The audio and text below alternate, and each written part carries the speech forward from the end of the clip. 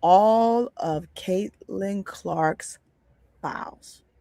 And everybody is it's egregious that it is happening. But no one Hmm. puts out everyone else's, right? It's a problem. It's gonna be big. And look, we got a super chat already in the building. So guess what? Let's get to it because guess what? This gonna be a nice long day. It's gonna be a long conversation.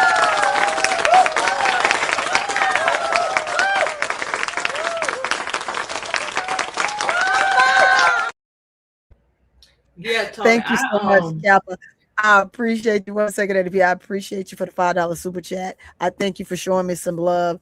I do need it. I thank you. I need some love today. Everybody, make sure you go ahead and start putting them super chats in because this is a heavy conversation and it don't need to be a long conversation, but it do however need to be a conversation, right? And before we get into Hmm. that, I'm just gonna say this: welcome back to Court Vision with So Pretty Tony. Hey, where the fun is always hot. We're always gonna spit straight facts around here. Um, Fact check all the way through headlines and keeping the conversation rooted within basketball. I don't want to make it a big thing outside of basketball because that's the controversy, right? We're talking about basketball. We're talking about the controversy things that are happening within basketball. So let's keep it basketball. If you come in here and you want to take it there, we could take it there. I don't think your mama's gonna like it, but I'm just saying, in the end, whether your mama's here or she not, I'm gonna talk about her if you come in here and you say something off the wall. So I'm just telling you right now, right? I'm gonna just go on and make the disclosure. Hey, chat, you let them know their mama should have swallowed them when they was born. If they come in here with this nonsense, just period. That's where we're going with it, right? And then you do your little big one, and if you feel like getting them up out of here, then you get them up out of here. It said troll number one. One has arrived. Good. I'm glad they're here. Say what you gotta say, because guess what? It's gonna be a lot more. I with this title alone and my thumbnail, yeah, the building is getting ready to get hot, and we just got started, and we ain't been in here but 13 minutes, and I still have not even gotten started. That's how I It's all know right. what's gonna happen. Go ahead, Yeah, it's ADP. okay, Tony. No, I was on the show earlier I didn't want to get into it, Tony, because it's so draining. I say every time we turn around, we can't even say nothing good about the other players because every time we turn around, something is happening, right? So I just showed the Mm-hmm. old clip where Fee sat down and she said what she had to say about Kathy because now they trying to say all of a sudden AT lying. AT ain't lying, Tony. Girl, whoever says she lying, they mom. You know what? They I'm gonna on leave the social mama. media. They Leave the on mama social stuff. media, Now this and they on social media saying she lying. Then the WNBA had somebody come out and say, well, Kathy Sticky Note said da da da da da da da da da that she did get in contact. No, first of all, stack AT ain't Kathy lying sticky and Nate note ain't is a lying. lie. Yeah, Nate ain't they ain't lying lying. and AT They're ain't trying to lying. cover their tails right now. Kathy is And in they hot won't water even say nothing, because Tony. They Kathy won't has even not. say nothing. Yeah, Kathy has not adhered to anybody's Nope. notion or quorums or issues. And that's why I got the officiating up here, right? Because this all stemmed from the officiating. If the officiating was clean, they were making the calls that they needed to make, they would have caught this. By no means am I saying what happened should have happened. No, I am not, right? But if it is a Right. play that is missed, it is just a damn play that is missed. You get on the referees. Don't get on AT. AT just playing the game. Whatever she did, she did. Guess what? She didn't get caught. Oh well, they want to look at it later and say something should have happened. Then you deal with that with the referee situation. You don't come at the players. Right. You don't target the players. You Yep. don't talk about their families. You don't try to And then find them. you You on don't their leave their kids. I address. don't play about The them. I don't only play about them person about leaving their kids. address information to me would be somebody that is very close to them that's within a particular camp. I'm not going to say the Hmm. name, but I could imagine who it is. But again, for those that are coming in the building that have never been here before, because you're coming to troll, or if you've been here before, I'm just going to say welcome back. Again, welcome to Court Vision with So Pretty Tony. We fact check all headlines and conversations within the boundaries and rooted in basketball. And that's it. Not just the narratives that are out there. We're not talking about just the narratives, right?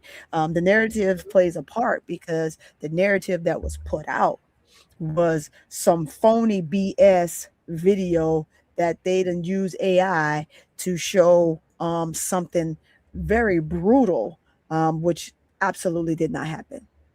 So we're discussing one of the biggest stories right now in the W. The play involving Thomas and Clark has once again dominated sports media this entire week. It's actually, since it has happened, it has dominated all of sports media by all platforms. I said I wasn't going to do it, and I just decided, you know what? Let me go ahead and get it out of the way because it's been on my mind. And like I said, I was on Instagram last night, and I think I was going ham. When I decide I'm going to come back and I'm going to reply to some BS, I'm going to give a long narrative. Anybody go into my Instagram and just happen to see any of my messages, you know, I leave a nice lengthy little paragraph because I want you to understand where I'm coming from. And I'm telling you that you are a dumbass for even making the statement that you're making in the first place because you're an idiot and you do not watch the game. You are basing this solely off of what you think it is and not what it actually truly is, period. Here's a question. Are we really talking about basketball? Or are we talking about the media's obsession with one player? Right. Chat? ADP? Oh, it's with one player. It's with one player. Right? Are we really talking about basketball? Or are we talking about the media's obsession with one player? And I'm going to tell you, we're talking about the obsession of one player.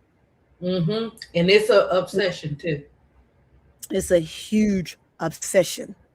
Like they all act like they raised her. AP.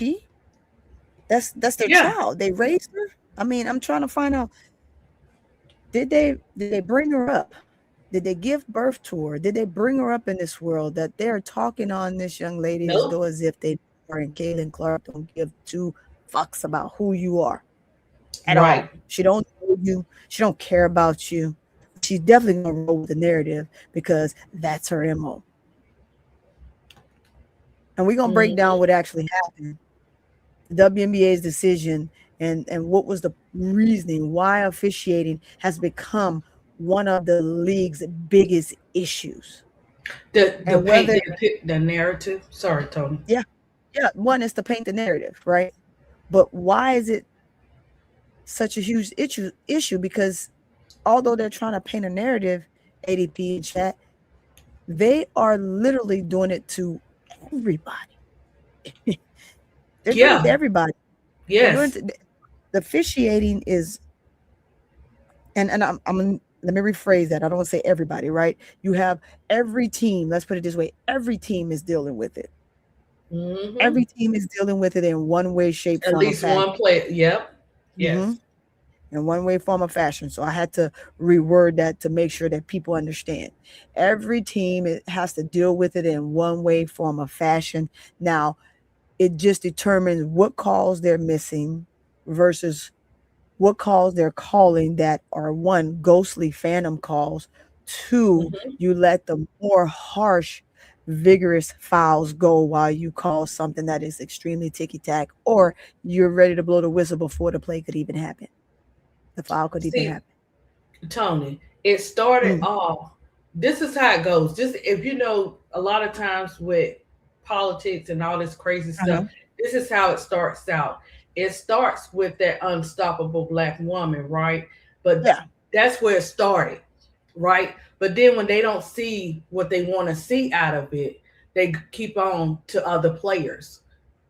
So it's just like history repeating itself. It started out with Angel. Oh, okay, we couldn't shut her down. Let's go to some other players and try to shut them down. This is what they're doing until they get exactly everything they want. They don't want any competition up against no competition up against this lady. Right. And it starts with the head. Yeah. But is the officiating the consistent inefficiency when it comes to the officiating creating unnecessary controversy every single week? Is it every single? Because I will tell you, it's every single week and every single game is something. It's something. Mm-hmm. The other question is, why is it that one particular team is allowed to get away with more than others? Everything. Do you absolutely have an answer for that? Chat, do you have an answer for that? They already set it up, Tony. I mean, it's evident, it shows. And just the bigotry of some people. Cook, Tony. And I said it, the bigotry of some people is outlandishly ridiculous. It's outlandishly ridiculous. And we're going to start with, and I'm not going to say Indiana Fever fans, because you have fans that are just simply fans. They're fans of the game. They're fans of their home team. And it just so happened that these players play for Indiana Fever. But it's the homegrown wannabe, i.e. KKK, white supremacy individuals that like to come around and make all these notions about why everybody should be harmed because they got close to Caitlin Clark. And I'm going to say this, Caitlin Clark, sweetheart, you play in a sport that's predominantly one color, no matter whether you played it in high school, college, youth leagues, and now you're playing it in professional. You're always going to be around a whole bunch of black people. You're going to be around a whole bunch of black people. So I'm going to need you to tell your goddamn fans that they need to get it together. They need to get it together. I watched last night, just a minute. I was on Cut the Ish with Keisha and Duvall. I saw that they posted a particular clip of a guy who was so infatuated with Caitlin Clark that he had the nerve to go into a meeting, an open door policy meeting where you can put your name on the ballot so that way you can speak. And this man got up, whether it was a troll clip or it was an actual clip, it's something that actually truly factually happened, right? Because if it was just a clip of something, then why did the guy look up into a camera, right? So to me, I think that that's something that's fake, that's trolling, whatever, right? But if it was real, right, I'm not saying it was fake and I'm not saying that it was real. I'm using that as example because it was out there and it was played on the show, and it was also played again on Steady Servant, right, ENT. So while it was showed on those two shows, I want to make sure I say this, whether it's a real clip or it's the fake clip, right? It's AI or whatever. Why would we want to do something such as that? That I just think that is just utterly ridiculous. Guys, you're in the building. There's quite a few of you in here. Make sure you hit the like button. Hit the like button. So with that being said, let's get into it. Let's get into it. Let's get into the play, right? And before I get into it, let's go ahead and just show it. Let's show it. Let's show the play. Let's get you guys over here so I can kind of maneuver this a little bit. I'm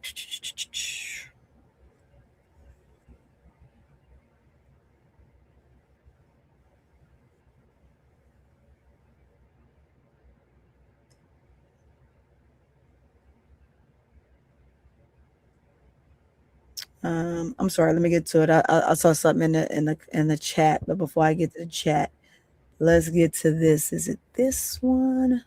Come on. That's the only thing about StreamYard. They need to have us set up. We pay it. Yeah. Girl, we go through so many of them. We go through so many of them. You have to have everything open, either have the stream there. You play it. You make sure that it's clear. You can get through it. You can hear it. And there goes StreamYard pausing right now. Look at this. This is crazy. Let's see what it's talking about. Let's see, because it should not be resetting. I want to put up quite a few things, right? And this is my favorite person of all time, but I'm not going to show him right now. I'm going to show this other person. The question that was asked, there was a J someone in the chat. ADP, can you highlight that on the stage? Let me Yes, see. yeah, specific I know who. question. Make sure I answer it. He asked, do I think something about black Why people? won't let me highlight it, Tony? It won't let me do it. Yeah. So let's it won't let you do it. Okay, let's Uh-uh. get I to think you this you gotta do it. right here. All right, let me get to Because it. I tried. I wonder why. This one is not that one. I'm telling you so many things. So I'm first before I play that, I want to show this here because this here is another problem for me, right? Stephanie White knows better, but Stephanie White Mm, is with the sheets, and I just think it's ridiculous. So let me go mm. to that message before I let it scroll too far up. It was a question by JS4. He says, "Hey Tony, what do you think of black men who support CC?" I don't have a view of a nationality supporting any one of these young ladies, JC. I mean, JS, I don't. I think we're all one race, right? I think we are in the land of the free, home of the brave, right? So our colors are red, white, and blue. That's all I see. I don't see white versus black, Asian versus Latino, um, Africans versus uh, Frenchmen's, or I don't see any of that. I see people. I see individuals. I don't see a color. I am not a colorist. I'm a colorless type of person. I don't see color. I see people. I see their behavior. I see talent. I see support. Those are the things that I see. If the man was purple and he wanted to um, follow CC and glaze CC, that's fine, right? I am not up. I would never get in a debate about that because I'm not about race. I've traveled the world too much and have been to too many different countries and have had an opportunity to see so many different cultures to be one minded, right? I think when we get into colorism, we have not put ourselves in a situation where we've sought out to go and see what the rest of the world is like, right? So we get caught up in colorism. We get caught up in statistics such as you got more, I got less type of situation. Oh, well, if we push this narrative, this person is going to be gloated as the beauty queen, and this other person or persons will be shown as the villains who are always attacking. It's like Cinderella and the Wicked Sisters, right? The Wicked Stepsisters. They're gonna make everybody clean the basement while the one little princess walk around, beats on you, hits you, kicks you, bites you, scratch you, put on your clothes, take away everything that you ever known to be um, luxurious or something that gives you some type of joy, only to keep you in the basement in the frame of mind of you're no good, nobody likes you, nobody wants you type of frame of mind. I don't get down all up into that. They can take that stuff someplace else. So if you coming in here for that, you're in the wrong place. You're in the wrong place. I don't do those type of things. I like it. So of course I saw this goon in here. What you talking about, goon? Alyssa Thomas. White people are racist. Well, I mean, you can think that, goon, and I'm not going to take that from you because everybody's entitled to their own opinion, right? And you do have some, but I'm gonna tell you this: you have some black folks that are racist too. There's some black people that are extremely racist. They're racist of their own kind. That's the worst type of racist. Wouldn't you say, ADP? Hmm. That's the worst type of racist. A black person hating on a black Yeah. person. Yeah. It is. Yeah, it's the worst type of racism I've ever seen. And it's not that they're Yep. siding. I don't think they're using it to side with, as they would say, the white folks or someone of another nationality. I just think that they hate themselves, because if you can Yep. hate Oh, the same yeah. skin, you hate yourself. We You're see a not hate. couple of them in the chat. This stuff happens all the time, but I don't see colorism.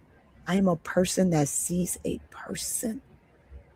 A person. You are a person. You're a human being to me. Do I? Everyone have different ways, and some of their ways are just nasty? Yes. But even though they have nasty ways, my God's a mighty God, and he ain't never told me to hate somebody because of the color of their skin. And that's that. So, Facts. I mean, Period. yes. Yeah, I that's just not me. And I was never brought up like that. I can, coming from Louisiana, there's a lot of things that we can hate about people. We can hate about life. My life should be totally different right now. I probably should have been up in somebody's jail, spent some time here and there, given where I come from. But I chose different. Why? Because I made a choice on my own.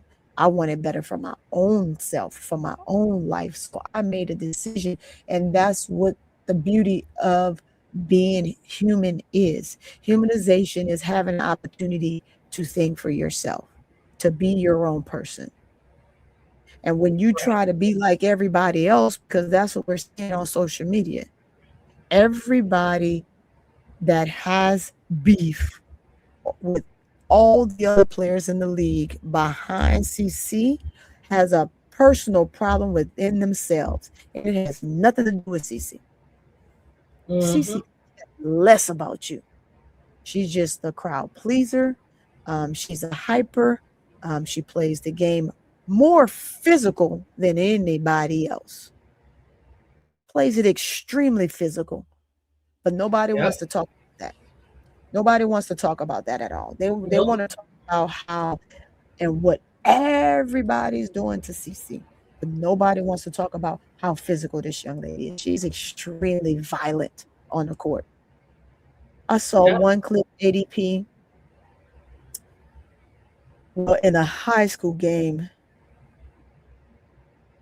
They were taking the ball out sidelines. And so, you take the ball outside line, you got your 4 stacked deep, right? You can kind of close the gap, or you can have the gap wide. You're supposed to have the gap closed a certain way, because the first person will turn and set a screen, whether it's left or right. The second person will turn the other opposite direction. The third player will swirl around and come off of a curl. And then the other player, that's your number 2 player, will pop out, while the player in the back will just drop back for a pass to see who's going to get the pass in. That's the sideline out of bound play, right? CC literally stood in the line, took her fist and popped the girl in the nose. And all you see, the black girl face just kind of go back like that. And then she has to grab her face because you see the hand goes up. And then CC looks like, I didn't do anything. That wasn't me. That wasn't me. They can't see the forest from the trees of how violent she really is. She's a very violent type of player. And yes, I said it because it is seen, and you can see it all the time. All the ladies in the W for the last 2 years now, starting this season, have been popped, grabbed, pushed, or fake notion elbow hit by none other than CC. That's it. And she always want to act like she innocent and move out the way. She extremely girl, you know what you did, because she's been allowed to players. do it. And this stuff stemmed from what? Where did it stem from? Let's first and foremost, it stemmed from what? It stems from DeWanna Bonner trying to establish a position at the elbow, and CC interlocks her arm and holds her, and she's trying to move, and now she can't move because her arm is locked, right? So she takes her arm and she shoves it loose, and CC goes on, follows her, and says whatever crap she says. But the ultimate thing to me is someone like White, Stephanie White, coached those girls. She coached them. So Right. So now, she would know them. and how did they address get leaked? That's what AT said. AT said that their address was Yep. leaked. That's what she said. Yep. It was leaked. And so while we get to Stephanie White's little comments here, let me get to it. Let me put it on stage. Let's get to her little comments because this here is definitely something. If you're in the building, you need to hit the like button. Let's hit play. As a matter of fact, I hate when it's outside my little circle there. There we go. That way they can see girl. I'm me, sitting in the see chair. you. And yeah, girl, you sit in the chair, girl. You sit in the chair. All right, let's hit play. Look at Keisha now. What up, We Keisha? have a generational talent and a WNBA superstar who had 2 cheap shots right there that weren't called. And I just say again, absolutely unacceptable. Absolutely unacceptable. I think as a league, as a whole, there's been so much more toxicity, racism, homophobia, straight out like nonsense, hate nonsense. You see my other videos, you already know that I don't believe this You know is this, an my intentional girl. foul, but death threats. I hate that Stephanie and the Fever and the WNBA are like, I don't know where all this homophobia and racism is coming from. We are acting like Caitlyn suffered a career-ending injury. Her neck was not even red. The fact that AT even had to come out and say, my children's lives are being threatened. Player Yes, safety right. includes us too, Right. before the WNBA gives a ChatGPT response. Because if this was actually Clock it. genuine, This should say a chat GPT. That's exactly what it was. They probably did use it. Yeah. She sure did, Tony. Let's finish. when it would have happened before AT said anything. Pause to read. And like AT said here, trolling is completely different than hatred. Even just as a women's basketball content creator, you know how many times I get called the N-word and how many times I get DMs about people not liking my content, which I literally do not care, but are people giving out my address, going to my job, threatening my life? That is completely different. And Stephanie White coached AT for multiple years. You mean to tell me you think she actually made cheap shots at Caitlyn and you didn't think that was going to incite the very racist, very homophobic fans that your organization continues to propel? I want to know where the investigations are. Because if one person released Caitlin Clark's address, I think they would be arrested. Where is the accountability? I get it. Right. You want to believe that it doesn't matter that Caitlyn is a white woman in America and that AT is a black woman who's much stronger, but it does matter. Stephanie knew that. The WNBA knew that. The Yep. FIBA organization knew that. Caitlyn's silence knows that. So this very reactive response from Stephanie and Kathy and the W just lets us know they do not care. We have Right. a generational talent and a WNBA superstar. Let's shut that. But Tony, Kathy said that. Kathy said that from beginning of the season when Angel and Cece came in there in so many words. She told you who she was and what she believed in when she didn't want to answer those questions.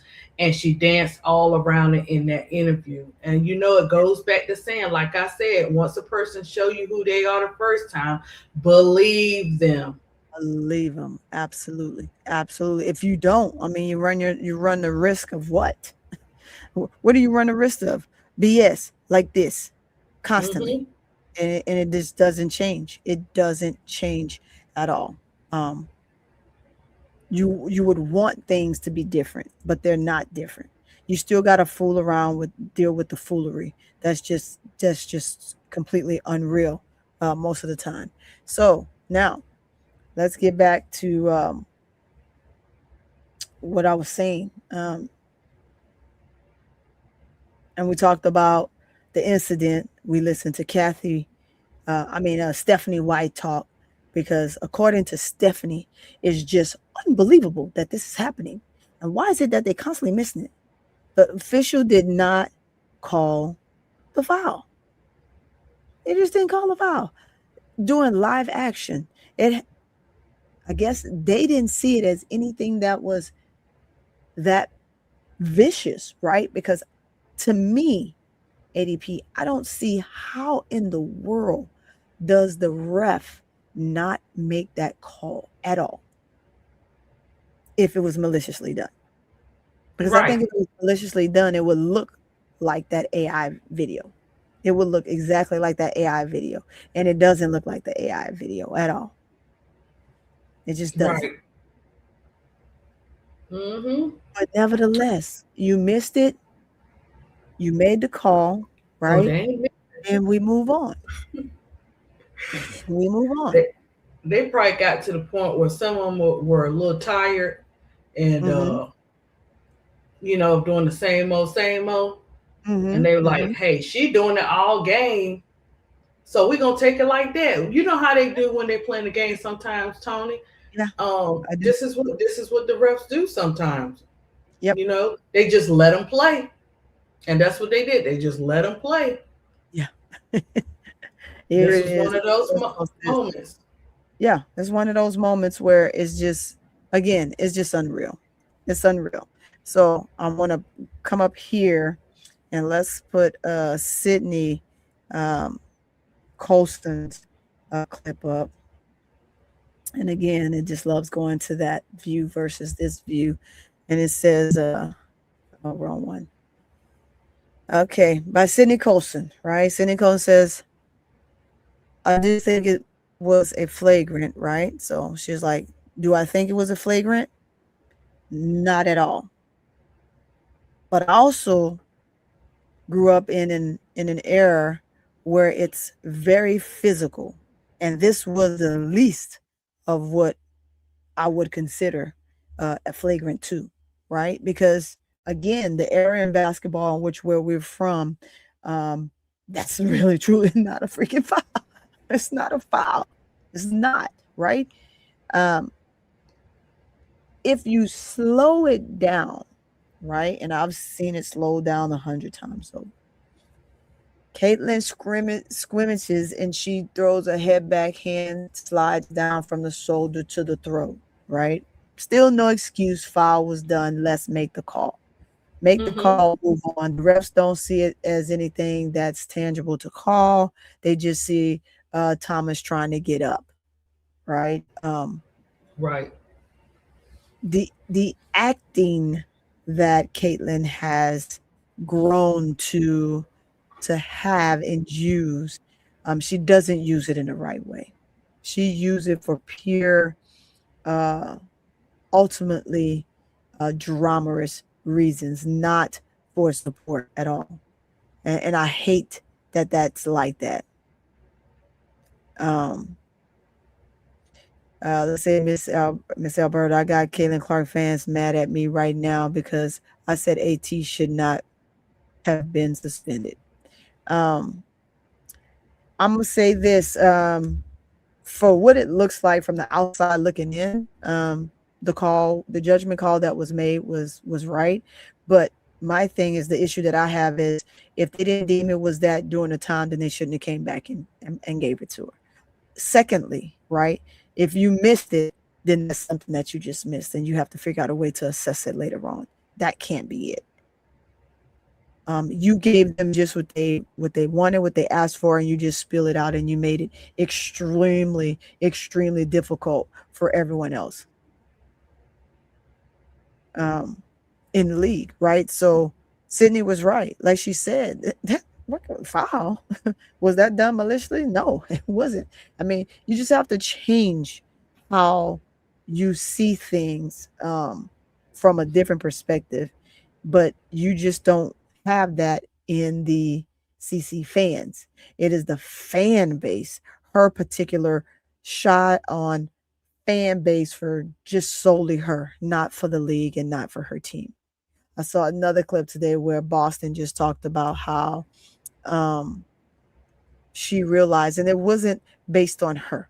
It was an old clip that she posted, right? And they said they asked, and someone brought that clip back up. But Perry just said that that's an old video. And in that video, they talked about how she too was on the receiving end of all of that when CC first came in the league. They talked about it like a dog. They threatened her, but it didn't go as far as to wanting her dead or anything like that. But they did give her a lot of problems. And it wasn't until the team started winning where they started DMing her, oh, I like the way you play, like great things like that. And all of a sudden she's no longer one of the nemesis of CC on her team, right? She becomes like even her advocate as a friend. Even just like little things like that to me is just utterly insane. It's truly, truly utterly insane. Let's see, where is it? I think it is here. People are talking about Alyssa Thomas like she's a villain. She isn't. Right. She is not. See? She is not. Let's see. That's from Econ Club. The emphasis here says, I spent the last 2 days watching people debate Alyssa Thomas foul on Caitlin Clark and however WNBA fans are spinning it. It says, then I did what an analyst do. I collected and analyzed the season's foul statistics for both players. But let's start at the beginning. During Wednesday night's game between the Phoenix Mercury, it's got the M, Phoenix Mercury and Indiana Fever, during a loose ball scramble in the second quarter, Alyssa Thomas made contact with Caitlin Clark's throat. No foul was called during the game.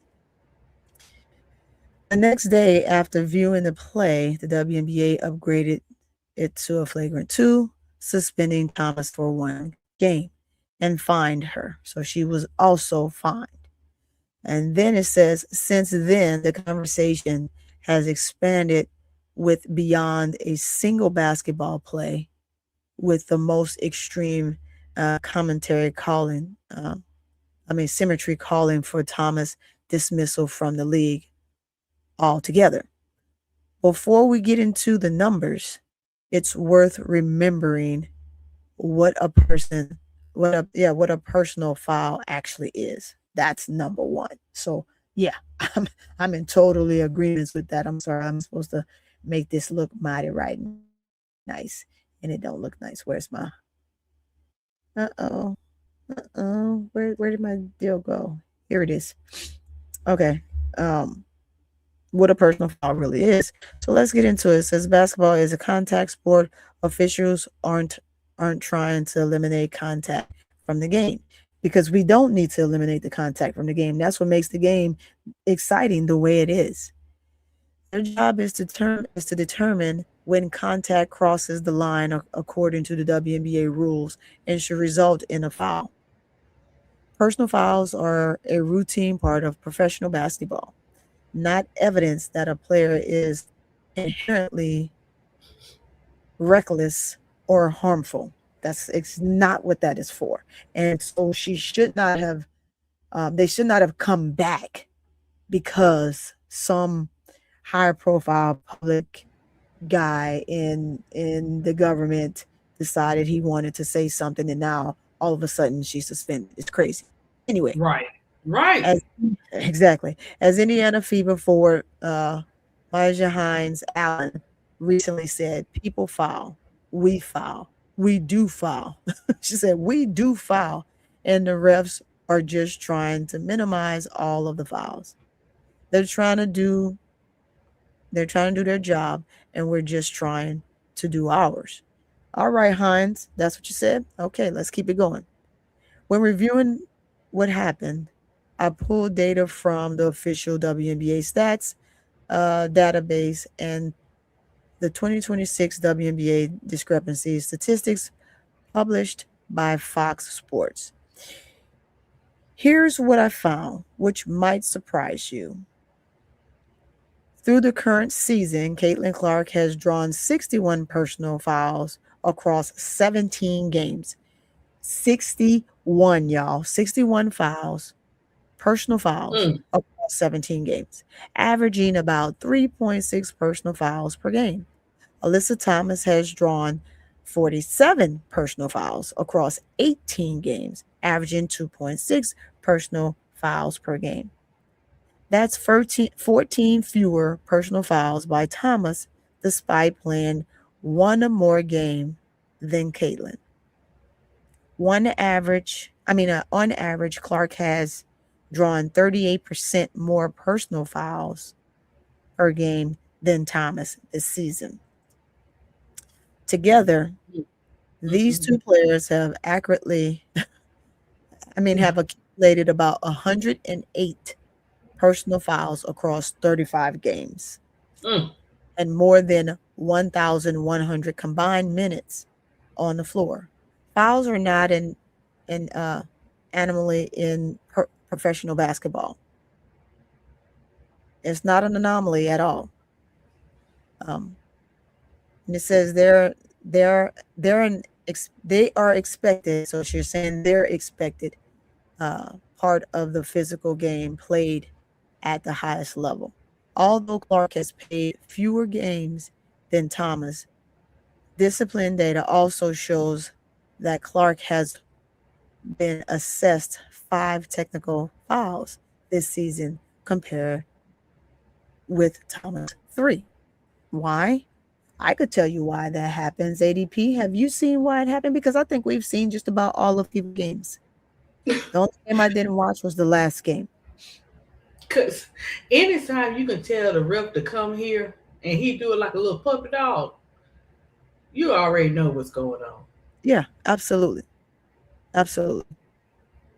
You already know. And she told them the year before, this her league. She said out her mouth, this is her league, and she can do whatever she wants to do. And they have been allowing it. It's going to take something where she go off and hit that. I ain't going to say it because then, y'all going to be like, ADP, calm down. But I keep saying this, it's going to mess around. She going to hit that Black Queen coach on that chair.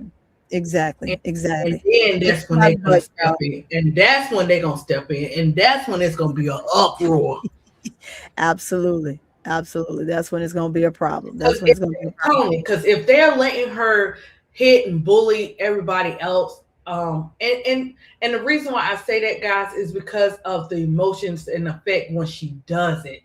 Somebody that want to have accountability will apologize, will say something in the press or something. She doesn't do that, but she will be sarcastic and smart with everything else. Miss me with the sympathy tissues, okay? Okay. So I think that when you have that, that's why you see a difference, Tony. Gotcha. Yeah. Hey, I 100% believe that. Let me go ahead and get this.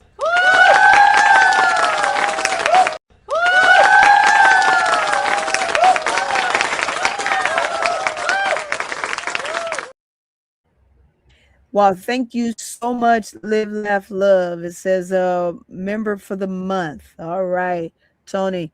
Jonathan is asking to be a mod. I'm asking. Okay. Let's see. Oh, you can't do it, can you, ADP? I could no, because you know what I do when they ask for one. For some reason, I have to go out of StreamYard and go to my page, and you could do it that way. Yeah, but I'm not. Right this your page. Yeah. Yeah. Give me a second.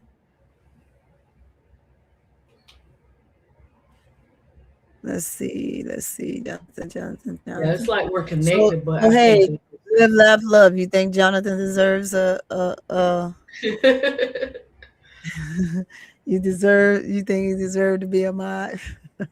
He gonna be getting all them trolls out, boy. Yeah, he's talking about Jonathan. You talking about Jonathan Gonzalez, right? Yeah, he gonna be getting them trolls out. Jonathan don't like them trolls. Yeah, Jonathan don't like them trolls. Let me get Jonathan. I got you right now. Hold on. Let me hit the button. Let me hit the button.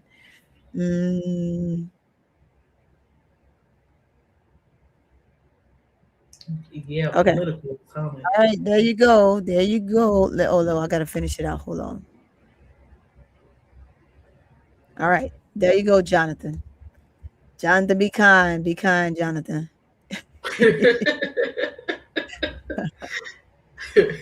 Yeah. So yeah. But yeah, back to what we were saying, I totally 100% agree with that, right? And here's Yeah. what she further on says. She says at the time these season statistics were published, Clark had one recorded flagrant foul, while Thomas had none, reflected in the season totals before the league's retroactive Wow. review of Wednesday night's play. Those numbers are important, and she's getting ready to tell us why. Because I'm about to say I can tell you why it's important, but let's read on. Um, if you'd only been following the discourse online, you could easily come away believing Alyssa Thomas has spent the season recklessly accumulating more disciplinary issues than Caitlin Clark. That's not what the publicly. That is not what the publicly available season long data shows. It doesn't show that at all. Here's what it shows. This is where I think the conversation gets bigger than basketball. As I watch the conversation unfold, I've become increasingly interested in how people are talking about Alyssa Thomas. For many people, this has stopped being a conversation about one basketball play. Instead, it has become another moment where a Black woman athlete in possession as the aggressor, while a white woman athlete is positioned as the victim.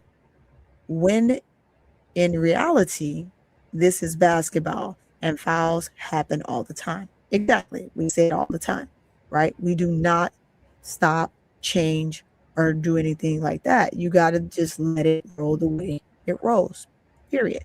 It says black women athletes have spent generations navigating stereotypes that portray them as unusually aggressive, threatening, or dangerous.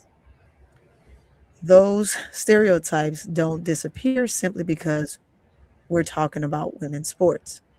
They can shape how quickly people read conclusions, how much grace they're willing to extend, and what stories they tell about the same event. That doesn't mean everyone, that doesn't mean every person reasonably criticizing Alyssa Thomas is wrong. A foul is a foul. Absolutely. A foul is a foul. And I think that we've all said that, right? I don't think Mhm. anybody is debating that it was indeed, in fact, a foul. I think what they're debating is the color of her skin. And then also her sexuality. And then we have what you would call Caitlin's skin tone, and that she's a straight woman, right? Which And they so don't even know that for sure. right, They which don't know. they think they know, they don't know, right?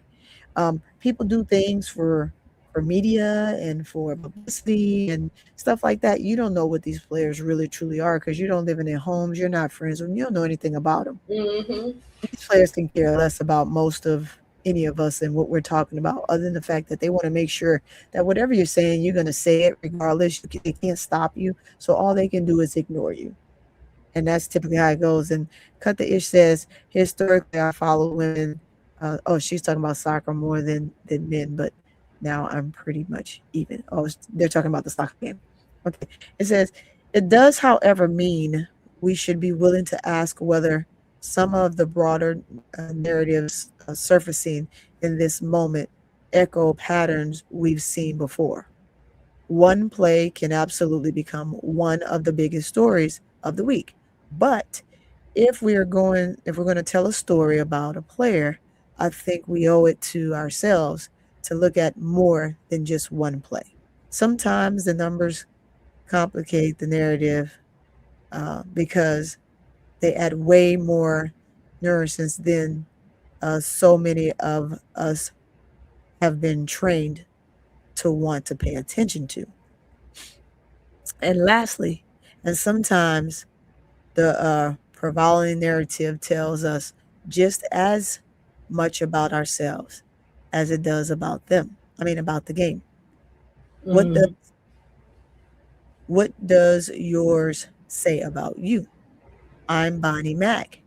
your neighborhood financial analyst and future economist. Economist. I believe good analyst starts with culturalists, not assumptions. Follow me here for more of my analyst on women's sports and let me know what topics I should dig into.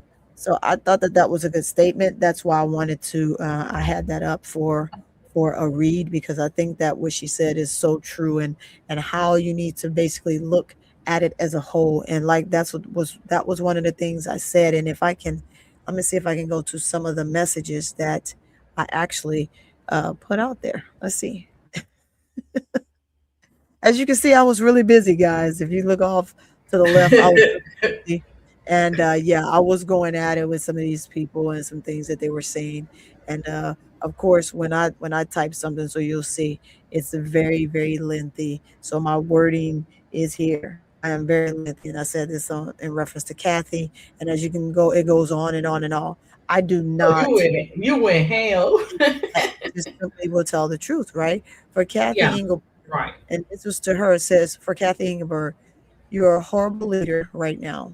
Every player in the league has to put up with this crap because you think it's good for ratings. You do a great job of going on social media and deleting all negative comments for CC, but not the rest of the league. Players Hmm. are always being followed by people who want to harm them, leaked addresses, death threats, no calls on the floor by the referees because it's good for ratings. And I just kind of broke that down to that piece because I really need people to understand. How you doing, Duvall? I really need people to understand that Kathy's not going to talk because this is good for ratings for her, right? But Yeah, what she's gonna find out is if she keeps this up, um, something's gonna have to give because now she's been called out 2 years in a row. Because when Thomas right. said she meant it, and it ain't no coming back from it. Just like she tried to come back from what he said last year, right? Yeah, Right no, after what she did with Fee and she is came back, that she lied. She yeah, lied to the world and said that Fee was lying. That's what hmm she did, Tony. yeah, absolutely. But it's the same thing that she's doing right now because remember, Right. she didn't Same say thing. anything. She went a couple hours after what Thomas said, and then she put this up. The WNBA of Vermont, let's see, she is truly something else. She is vehemently condemns any, like she condemns any and all forms of hate. The safety and well-being of everyone in our community is always the league's top priority. We're Glory. away. We are aware of Alyssa Thomas' comments and what she and her teammates have Girl. experienced. Mm-hmm. That's what she said. Is like what she said, what their experience is completely unacceptable and not representatives of the WNBA community. The league and our security team have been in contact with Phoenix Mercury organization and remain communicated in protective and protecting all players. You are a liar, Kathy. And right now, in this picture, you look like you need some Ensure. You need to drink about 3 bottles of Ensure a day to get yourself together because you do not look well. And with that being said, I had to go in on Kathy. And Kathy, it is what it is. You do what you want. And then I went further on to say, where did I stop? It says player always being followed. Okay, I talked about that. It says you, ma'am, need to be investigated, is what I said. I say, you, ma'am, need to be investigated Hey, Tony. for your role in all of this and the lack thereof. But not one player gets it worse than Angel Reese, is what I said. And she I knows. love this. Yeah, I said I love this sport, but you, ma'am, are making it hard for people to watch and really enjoy the game. I mean, I can continue on what I said, but I can keep going. I could keep going. It is what it is. Somebody say stop the cap. Kathy Ingberg. Kathy Ingberg do need to Straight stop the up, cap. Cap. She is, Straight she up, is full of Cap. crap. She is 100% full of crap. And And nobody she wants to don't hear that. care. She has Yeah. no remorse. She has no remorse for nothing. Like, miss me with that no space for hate. I mean, that Yeah. was just another Yeah. sticky note that Exactly. they put out there. Exactly. She don't I care. said, She told you guys. She told you yeah. from day one, this is how it's gonna go down. You either like it or don't. But what she didn't expect for is the social media and the fans to do what they're doing today. They are fighting. They're fighting with videos. They're fighting with information. I mean, it's tripling, doubling up in here, Yeah. left and Absolutely. right. That's what she didn't expect. Yes. And she didn't expect when we get tired, we show up. And you're Yes. right. When we get tired and we show up at that particular time, it doesn't make a difference what color you are. You'd be surprised how many people Yeah. are You'd be showing extremely up surprised. right now, because this is a right now moment where we have to stand up. We have to stand our ground. We have to stand up for these players, and say the things that they can't say right now. We could say it. They may, can't say it because of their job. Yeah, their contracts, guys. They're still under contracts. They still have jobs. So while we have these social medias and stuff, we need to speak out on somebody like this. She said it time and time again. So guess what Fee did? Fee said, okay, this is how we rolling. Kamala, let's get into it. Let's have our girl talk. Let's sit down and let's talk about it. Miss me with that. Oh, I call her. Okay, and she left you on red. What makes you think somebody want to talk to someone you called a liar in front of everybody? Why would I want to conversate with you? Exactly. And everything that Fee said was true. Let me tell you something about paper trails. When you have paper trails, there are no mistakes in those paper trails. They follow behind each other, right behind each other, like a domino effect. Mm-hmm. And these people, that's what I'm saying. The like button, y'all. It's way matter in here for me to see the like button where it is. We're gonna pause for a second, ADP, and I'm gonna tell you, y'all need to go hit the like button right now before I finish. Hit the like button. We're not doing no more talking until you hit the like button right now. Hit it. Hit the like button. Hit the like button. You want to hear what we gotta say? You're gonna hit that dang on like button. I'm coming here and just watch. Hey, if you want to also engage with the chat, that's what you're here for. Engage with the chat and hit that thumbs up. It ain't that hard. It ain't that hard to hit the thumbs up. Keep it rolling. Keep it rocking. Come on, keep it coming. Keep it coming. For what I see watching ain't what I see on that thumbs up. Hit the thumbs up right now. Hit it. I'll wait. I'll wait. Hit the thumbs up. If you're over there with ADP, make sure you come on over here to Core Vision with So Pretty Tony. Hit that like button, and you can go right on back where you were. And the same thing over there. Y'all go hit the thumbs up on our page. Make sure you're hitting that like button. Hit it. Don't play around with it. Don't play around with it. Now back to it.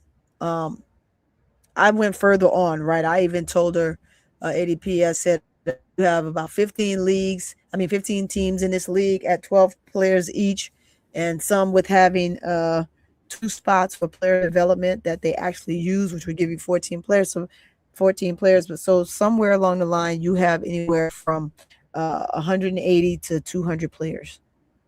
You can't manage that, Kathy? Yeah, I went in on Kathy. I went in on some of these.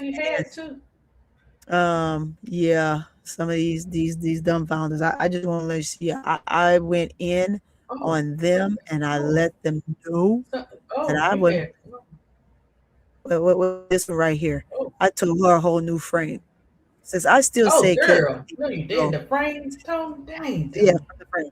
Says I still say Kathy needs to go. I don't think she cares about any of the players. Oh no, it wasn't this one. It was one before her, and I totally agree, and I went on. But there was one that was really egregious, and I was on her head. I think it was this one.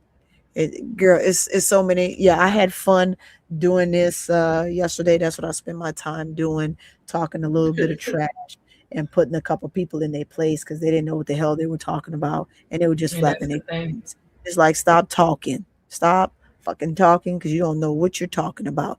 I say you don't even watch the sport. If you watch the sport, that's the problem. You wouldn't have half of this to say. So shut the hell up. Yeah, that's what I told him. Shut the hell up. And if you don't like it, go tell your mama. Is Yeah. what I said. Go tell your mama. It is what it You is. get tired. Guys, you gotta remember, it's steady hitting our feeds. Like it's hitting like clockwork. Every time we turn around, it's on my threads, it's on my Yeah. IG, it's on TikTok. I mean, Yeah. just back to back. All you gotta do is watch one. They're gonna send you all the rest constantly. Yep. So although we try to avoid talking so much about this, it still rolls around and come back. It's like it's not finished. It's like a series that we're watching here. Okay. Over and over and over again. So Tony, you had every right. First of all, people mistake it just because you're a fan that you're just a fan. Oh no, boo boo, I got credentials. You know what I'm saying? I'm that chick. Tony, Right. that chick, guys. Oh, I am too, but I'm on the art side, guys. But I'm saying, like, Yes, indeed. sometimes you have to do that. And that helps you too, because you're content creating, you're doing these shows and stuff like that. So sometimes you got to let them know and mess around and find out and speak Yep. your truth, Tony. You just have to. Mm-hmm. Yep. This is Because the other one. This is the other little clip. Oh, Go you got ahead. another one? No, go Mhm. ahead. Yep. I I'll sure follow your do. link. I sure do. This is my boy right here. I like following him because he tells the absolute truth. He don't play Let no me see what you games. talk about. He don't play no games. I like him. He likes to. If you troll him, he gonna troll you back. Let's get into Oh it. yeah, I seen that with Tony. Hey, but Let's see if I can get a. you know who else he cuts? The New York Knicks. So there's Josh Hart, guy that- Jalen Brunson, Carl Anthony Towns. You're not going to be a hidden racist to my team. My Knicks? Hell no. And you live in San Antonio? Oh, San Antonio's taking 2 L's now. Shit, y'all. See y'all. Never. Get them out of here. Oh, and lastly, some of the players and their family members follow me on social, so I'm going to be sure to send this to them so you never have the opportunity to cut their hair ever again. Thus. So Yep, this this white is why he's- WNBA player, Sophie, was pointing at this black WNBA player, Dewana. I was just kind of pointing, and she's like, don't you point at me. And I was like, oh, shouldn't have said that. And I didn't say a word. But I don't care nothing about that. That's just learned behavior from her teammate, Caitlin Clark. What I care about is the comments. Chimping out over a finger. But Chimping you out. guys know me. I love to expose the hidden racists, the ones who liked it. Drum roll, please. This guy.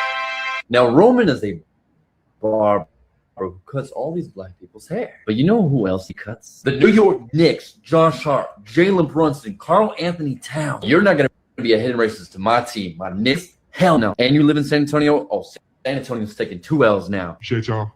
See y'all.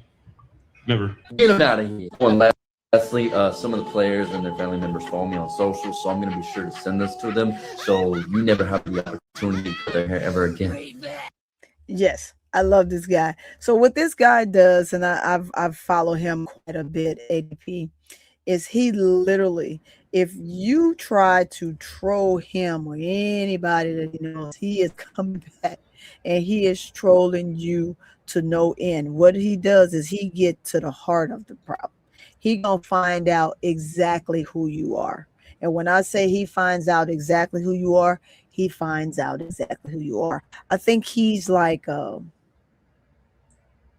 some type of private investigator or something like that. So he have means to go through social media and find out who you are, whatever troll you are, whatever you do. As you can see, this happened because something happened with one of his daughters, and what made him actually started doing this. I think his daughter dates a black guy, and someone took something so pure and innocent between his daughter and her boyfriend, and they tried to troll them. So he decided from that point moving forward that he was going to start going through comments and pulling people. So on his situation with his daughter, he pulled up 5 trolls. And when I say he pulled them up, he got their whole family. He found out what they did for a living. He found out where they work. Some of them look nasty and sloppy. And just to have the idea to think that you can go and troll somebody and think that you're never gonna be caught by whatever fake name or narrative that you use. There's always ways to find you. And this guy is it very is. good at finding you. So he found Sophie, right? Because Sophie decided to go on her platform and say why she did what she did. She was being a menace, and because she was being a fucking menace, he decided to go and find out. So who was it that commented? Like he said, he not really worried about what she said because we know that she's a menace.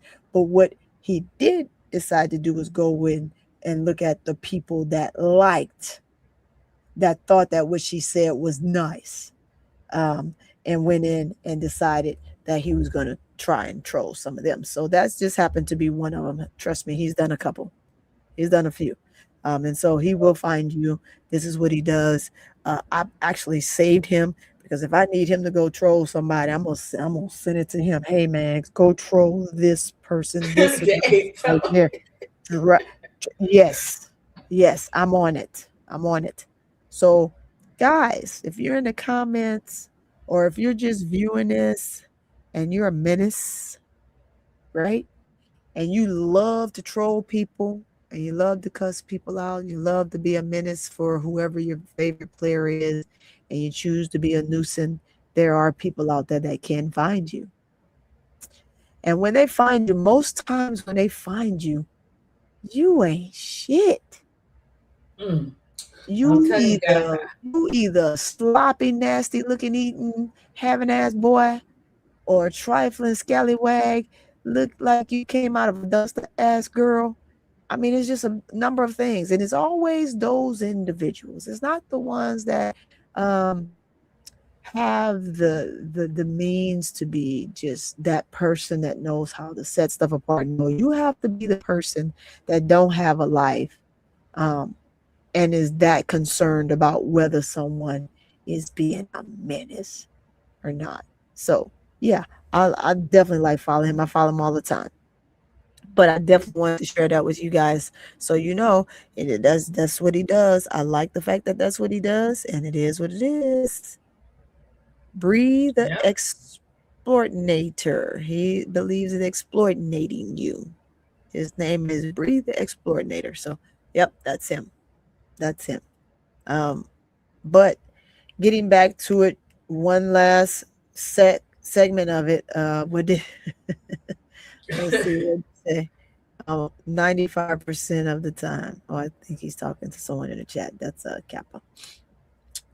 Now, I guess I'm going to ask this question,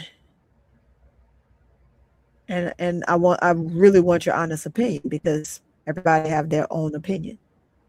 Okay. Is Caitlin Clark being balanced? Is Caitlin Clark, does she deserve the protection that she's receiving? Does Alyssa Thomas also deserve fairness? Mm-hmm. Every star player deserves consistent officiating, in my opinion, right? And it's just my opinion. I think those that watch the sport all say the same thing, that if you can get consistent officiating, things would be better, but it is not. It is getting worse. But the protection that Caitlin Clark is receiving, do you feel like it's an accurate chat in ADP that she receives the protection that she gets? And then the fairness of Thomas. Well, listen, I think it should be fair all across the board, but it's not. We're not seeing it. We have not seen it since she's been in the league. And now it's to the point, Tony, it's not just her, it's her whole team that is allowed to do this. And if it was any other team and any other players, they would get kicked out of the game, ban them from the league, don't have them come back no more. But because it's this particular team and it's her, it's different. So when you So you asking if I believe that she's getting more attention than other players as far as them protecting her? Yes, she gets all the protection, and then she also gets the people who are aware, who have their children at home, who have their families at home, come and constantly attack the other players. When it comes into not just about the players and the children and their families too, that's when I really have a problem, because you yourself, Stephanie, you have do Stephanie got children? Oh no, let's not even tap into Stephanie. Let's go back to Kathy Sticky Notes, because I know Kathy Sticky Notes. Right now, Stephanie is getting on my bad side. Well, I'm gonna say this. She has kids, so would you want your children to have to constantly be it's bullying. That's what it is, Tony. It's bullying, and they're allowing it to happen. Not only is it bullying, guys, it's also added trauma. It's also verbal and physical. I don't want to say it, but it's kind of stemming that way. A little abuse going on with the players. It's like the other players can get abused and whatever happens, but with this particular player, they're supposed to protect her at all costs. No, you might not want to do that, but this is what they're doing. So yeah, we do feel some type of way. We do, nothing still to this day, nothing about Angel Reese, nothing. And you care about the safety of the players. Miss me with that Kathy Sticky Note. Yeah, because that could have ended that girl's career. Sticky Note. You guys found it funny that the player was laughing after it, but you know that Miss Girl Karma, she don't have no time frame. Oh, let me stop. Karma doesn't. Well, I'm gonna say this though on my part, right? This isn't really about protecting one player. No, it's not. Or protecting one over the other, right? It's just really about creating one standard that applies to everybody, and that's all we want to see. If you can apply or accredit one standard, I think it's fine, and you're not looking at bias. You're not looking at the pretensions of purposely saying, hey, well, no, we're going to be more concerned about this player than we're concerned about any other player. And then we get down to it, the worst player that we treat the worst in the entire league. We're just going to continue to just keep treating her that way, which is Angel. I think that it's just off the charts. It is literally off the charts. While one is being labeled as someone that, why is it that we do this to her? It's not fair. You're attacking her. You don't like her and all this stuff. While another player is getting done worse than that, and she can't even buy a ref.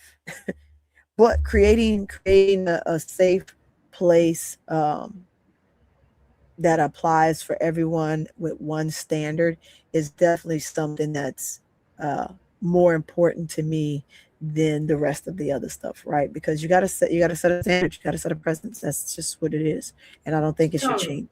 And you see, they're not doing all this for Stewie.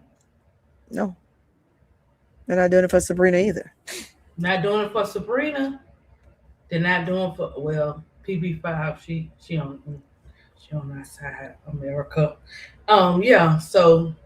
And PB5, even though she chooses to, she's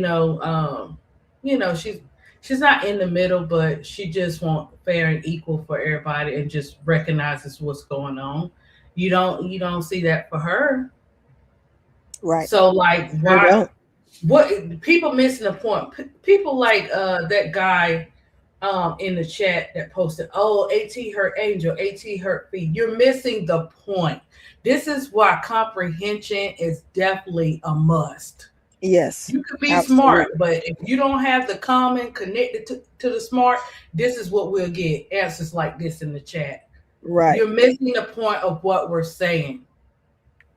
What we're saying is, if you're going to do for one, do for the other. But it's not like that. You don't do for the other. It's 100% for one player.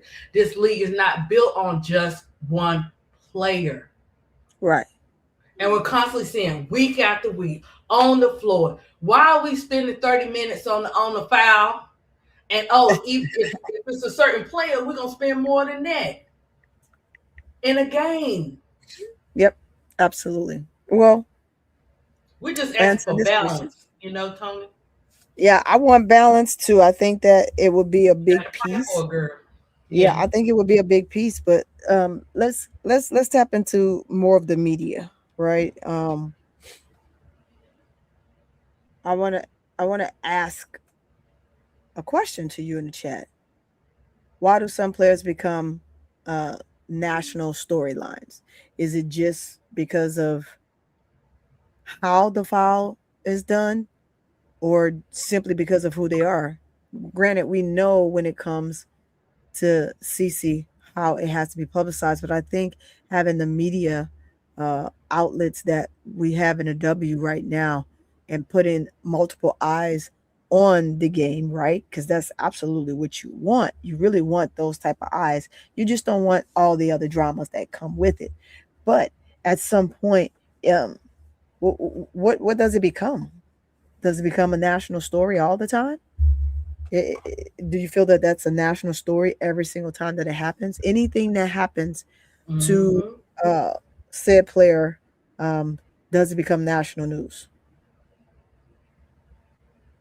Right. That's my question, right?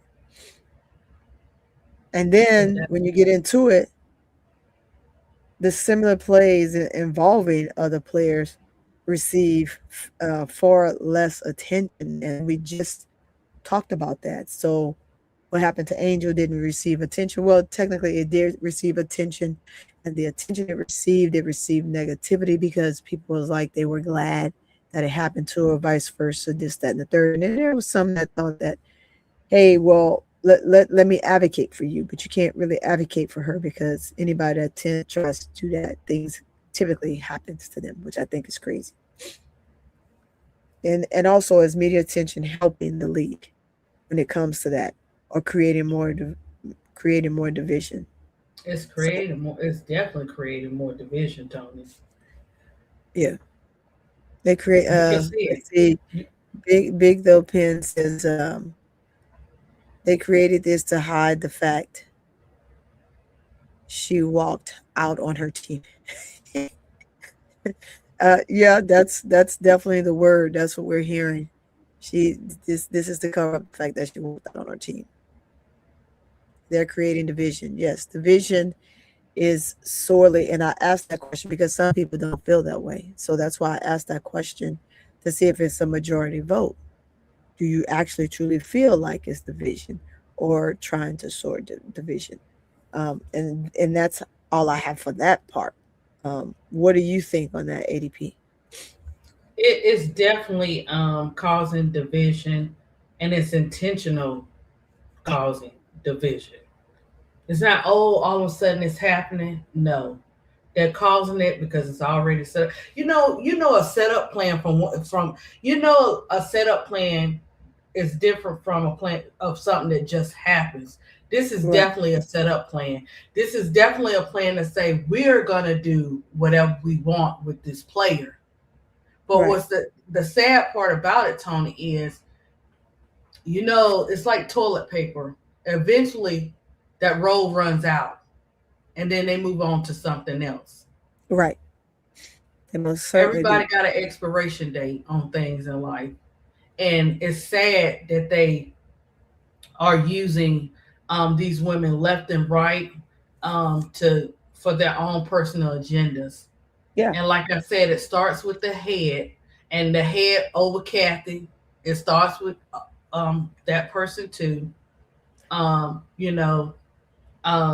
Because she has no, it's like she has no sympathy in her voice. No, it's like, I don't care what you people think. We're going to do what we want to do. We're going to show you in front of everybody that we're going to do what we want to do. They don't care. They don't care if they get caught. They don't care if you blast them. They wasn't expecting AT to say what she said in the way that she said it. And then on top of that, they weren't expecting Nate to come out and say what he said right behind her. They didn't expect him to have her back, but they messed around and found out. So yes, they did. Tony, This Yeah. is definitely, to me, in my opinion, is definitely a setup. But it's 2026 and it's a different Yes, it ball game. is. Yes, it It's a is. Yes, different it is. ball game. Yes, it is. Everybody got their gloves on, because when you start trying to attack somebody's child, that's serious. People don't Yes. play. You don't know who DB and AT know. Just because they're Exactly. ball players, you don't know what line of work their people do. Huh. And when And you you think you will never know. Yeah, and it goes to show you I guys, when people think don't they are know. bigger than the program, this is how they mess around and find out. You want me to tell you another example? Check. Another example is the billionaire. The billionaire with what's the medical insurance? The billionaire from the medical insurance. I forgot the guy's name. I forgot what medical insurance it was, but the incident was someone from the streets or whatever, what part of the streets, I don't know, but he messed around and found out he killed that billionaire in daylight. And you know what the other billionaires did? They walked over his body and finished the meeting. Yeah. So what I'm saying is, you can be a bigger person and you can have all this money in the world, but it does not mean you cannot be touched. And what he was doing was it was an issue where he was scamming and cheating people out of their insurance. I forgot the medical insurance company, but it was on TV and everything like that. So that's Right. the problem, where you get to that point, and that's what they're thinking, Tony. They think they're bigger than the program and they cannot be touched. So that's why it's easy for them to do it in front of our face and don't have no remorse to think about it. They sent Right. the sticky note out. Hey, just so y'all guys know, just a reminder, we can do whatever we want. We can go back, and was bold with it. Hurry up and put that sticky note up, but couldn't hurry up and look out for AT2 when you know what she up against as well, right? Right. And it goes beyond basketball when first of all, they need to recognize the player's safety on and off the court. But when you you put an extra target on these players' back, that's when it comes crazy work and people have to speak up, because now we got to have extra security around here, because you open up the door for me and my family to get attacked on a basketball play that should have been addressed on the court. So they're wasting no time. We can go back and reevaluate a game and access this and access that. Oh, now you want to put that out there. Miss me with that one too. Exactly. Well, hey. Well, we know what those problems are: technical fouls, flagrant fouls, inconsistency, whistles, reviews, physicality. That's just a few to mention. And then when those things happen on one end of the floor, we kind of pretty much knows what happens. So I think when the coaches decide that they want to talk about this, they have to be very diligent in what they're saying to make it very, very clear and put it in a way where everybody can kind of see, right? Because the only thing that they're seeing is the false narrative that everyone's attacking CC, because that's what goes out. And that's the only thing that matters, which I think is literally outlanders. The criticized inconsistency of the officiating plays such a huge part in a lot of this, right? I think if they can balance down and get that together, at least clean it up a little bit, it won't be as bad. But when you don't, and you allow things to happen because, oh, well, this person can do this and that person can do that, and you have disregard for everybody else in the league, without all those other people, you won't even have a league, and they won't even have nobody to play against. So what are we talking about here? Let's just be real right there. Right. You can't have a league without players. Right. Can't have a league without players. And they know that, guys, because they're smart. So that's what I'm saying. You can have it all in the world you want to. They're gonna mess around and find out. That's why they be all shocked. Okay. Yeah, I mean, but when the player is saying that, they're receiving that she and her family are receiving threats and racial abuse following that incident, it's just crazy. And then criticizing, of course, the league Kathy Engelberg, and them not telling her 10 minutes before they posted on social media. It's just a number of things, and it makes people somewhat don't want to be a part, but they love the game so much that they can continue to play the game. But it's the foolery within the game that they don't no longer want to deal with. And at some point, Kathy's gonna have to figure out a way on how she can handle this. If she can't, it's gonna be a problem. And you know what? See, they while they were out there playing chess, AT was playing. Checkers. AT was playing chess. She was like, okay, I know how these people are behind closed doors. Let me go ahead and do what I got to do for my part. She did exactly what she was supposed to do, and she moved quick with it. She did. Absolutely. And you have to do that when your name is involved and people put something on your name like that. You got to move quick. That's how you skin a cat. You got to move. Okay, this is what we doing. This is how we rolling. This is what you want to come with your little first sticky note. So she knew. Let me tell you, people forget these players know what's going on behind closed doors. They done seen it. They done been a part of it. They talk to each other. That's the thing with the CBA. They probably have big conversations about this stuff. Right. Well, I'm gonna pretty much get ready to try to end this because I wanted to make sure I brought this up first and foremost because it really bothered me and I didn't really say much about it. I think I alluded to it a little bit on the game the other day when it actually took place. It was the next day after it when Thomas first got the call or the message that went out on social media that she was not going to play, right? And this it just did not sit well with me. But the biggest story shouldn't be Caitlin Clark versus Alyssa Thomas. It should really be whether the WNBA officiating is consistent enough to keep games safe and fair. That's the biggest part. Right. Everything else is just monotonous. When players, coaches, and fans and the analysts all leave games arguing about the referees instead of the basketball game, that's a league problem, not a player's problem. So the league has to figure out what they want to do, and the league is Kathy Engelberg, right? And with it being Kathy Engelberg, Kathy got to figure out what she's gonna do because there's no way we should be sitting here arguing about most of that. We got us a super chat. Let's go ahead. Let's put it. Let's put it up.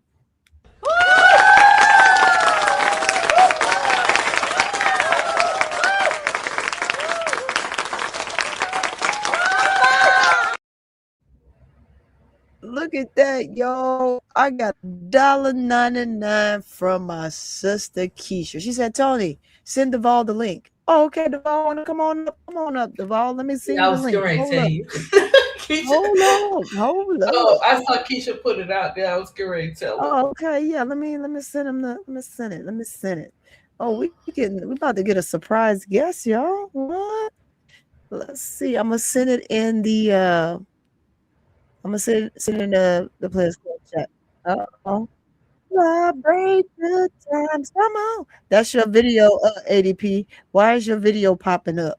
Why is your video popping up with New York and they win New York teaspoon? I like the graphics. So let me go ahead and get a. Well, I love my aces, but they did Teaspoon. You know, she did her videos and stuff, so I twisted it a little bit. I said, "Hey, we're gonna talk about Teaspoon and celebration because of the Liberty winning." So yes. There you go. I put it in the Players Club. I put the link in the Players Club chat. Keisha Duval, absolutely. But yeah, I mean, man, looky. That's what it Give boiled down that to. girl a cookie. He said, looky, get that girl a cookie. Where is it? Let's minimize this. I'm like, did you put the ball on the shelf? Oh, okay. No, Duval's right there. What's going on, Duval? How are you doing? I'm be so tired. Let me tell you something, Sister Tony. Lord. This is the first time I came on your platform. I was walking down the street and I had my dog, and you know, so I just wanted to stop by and say hello. I had a couple things to get off my chest. First of all, Get off your chest. let me tell you something. First of all, fuck Keisha. You know what I'm saying? She the boss. But you know what I'm saying? She be treated like she Gladys Knight and on the pimps. It don't work like that. Sister Tony and ADP, you know what I'm saying? We supposed to be Ike and Tina. We supposed to be, you know what I'm saying, Marvin Gaye and Tammy Terrell. We supposed to be, you know what I'm saying, we supposed to be a tag team duo. She treat me like on glass and she glass on the pimps. Now it don't work like that. She treat me like, you know what I'm saying, we supposed to be Fresh Prince of Bel-Air. On Jazzy Jeff and she Fresh Prince. That ain't right. Dang, Keisha, Keisha. why you do Duval like that? Keisha, you ain't happy, Keisha. No. It's okay, Keisha. Take a deep breath. Yeah. You really, you Well, know, I'm Duval, I don't glad think you she meant I'm that glad that you way. came up Now. here She, and told her about herself there, Duval. oh, Yeah, yes, she did. I don't like that. I don't like that. It hurt my feelings, you know what I'm saying? And then Captain Ingleberg, you sit your old ass down, shit. You know what I'm saying? You dress an Alka-Seltzer, you know what I'm saying? Because at the end of the day, you running amok in this league. We need some changes. Maybe I need to be the commissioner because you ain't doing a goddamn thing for these ladies. You know what these ladies need? I'm going to tell you what these ladies need. These ladies need a mandatory self-defense training course. All of them. Yep. Because these fans are too crazy. They too psychotic. They take it too far. They have a parasocial relationship with these players, particularly Caitlin Clark. You know what I'm saying? Everybody can afford, you know what I'm saying, 24-hour security guard like Angel. Everybody can afford 24 guards security guard like Caitlin. And Angel, I think she just got it this year. You know what I'm saying? And so everybody don't have that type of money, but everybody needs self-defense course when you come to these women. Because like I said, these men are crazy. You know what I'm saying? You got people like LaShawn McCoy saying that, hey, it's okay to be racist and say death threat things to these players because, you know what I'm saying, it's just sports. No, it's not sports. It's life. Right. Life beats art. Life beats art. These players are in danger. And I hate that for these women. Right. Them That's players, the sad part. yeah, them players are in danger. And in danger because these men are racist, they psychotic, and you know what I'm saying, they don't have no home training. Everybody, and this is what makes me upset, because everybody had free student council sections in high school. You ain't have to pay shit. All you had to do is sit your ass up there and sign up. You know what I'm saying? You ain't have to pay a goddamn dime. But no, they'd rather go outside and you know what I'm saying, unalive cats and birds and stuff, and then you wonder why we have too many Ted Bundys around here, you know what I'm saying, doing things that they shouldn't be doing. You know what I'm saying? So every woman needs self-defense courses in the WNBA so they can defend themselves against crazy ass people like, you know what I'm saying, Keisha and you know what I'm saying, and others. You know what I'm saying? We need to protect these ladies. Cause like I said, this is not right. And Kathy is doing a bad job with the WNBA as a commissioner. They need somebody to step down. My choice is somebody like Swim Cash or even somebody like Cheryl Miller. You know what I'm saying? Cheryl Miller got a great relationship with the players. She really seems like she's very smart when it comes to the business acumen. We need somebody in there that could really read the room and instead of being reactive, being proactive when it comes to WNBA content and WNBA activities. Yeah, I totally agree. So do you feel that Alyssa Thomas suspension was justified? No, because it was in the course of the game. I mean, I understand why she got suspended, but you know what I'm saying? I wouldn't have did it. It was in the course of the game. You know what I'm saying? It was in the course of the game. It was a quick bang, bang play. It's not like she punched her and held her hand down there for like 25 years. You know what I'm saying? They just, you know what I'm saying? They just, you know what I'm saying, dragged it. You know what I'm saying? Put some sugar on tea. You know what I'm saying? That's what they did. I don't think, you know what I'm saying, not saying I condone that behavior, but I don't think it was with ill intent. I think it was just in the course of a play and she was making a play. It's no different than when Caitlin would be swinging her hands in the air accident and slapping people. We see the videos out there. She's swinging her hands in the air, slapping people all around, and nobody don't say she need to be suspended. But they want Alyssa Thomas to be suspended because just like I told Keisha last night, the content of WNBA was getting stale. Like I said, Angel Reese and Caitlin Clark ratings was the third highest rating in the league when they usually be the first.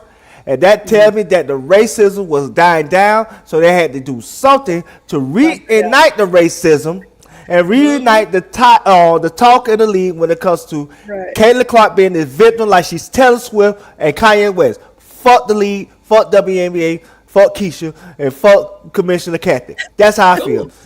That's how you feel. Okay. And Devon, Yeah, you you feel very remember, passionate about that too.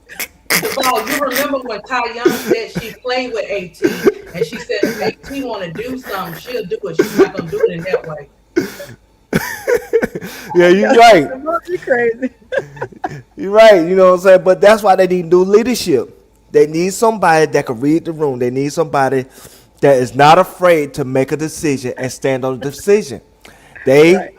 Kathy Engelbert is too afraid of Caitlin Clark fan base, so she in a parasocial situation, like her emotions and when her decision making are being held hostage instead of her doing something that's best for the league, not best for Olive Oil, aka Caitlin Clark, thinking that she runs shit and she don't run a goddamn thing. Keisha, she don't run a goddamn thing. Sister Tony, she don't run a goddamn thing. ADP, you know what I'm saying?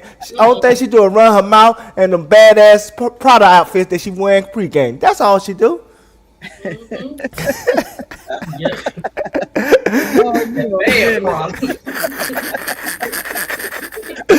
That's all she do. Ain't no Yeah, problem boy, in bed. I know them toes be curled up in them little fake ass Prada shoes. They be bent up and everything else. She probably got cones everywhere. Anyway, Yeah. Yeah, that's who it was. Proof Golden, United Healthcare CEO. Yeah, billionaire, right? Yeah. Thought he couldn't be touched. Child, but it was. So who's been most affected by the inconsistency of the officiating the ball in ADP? Angel.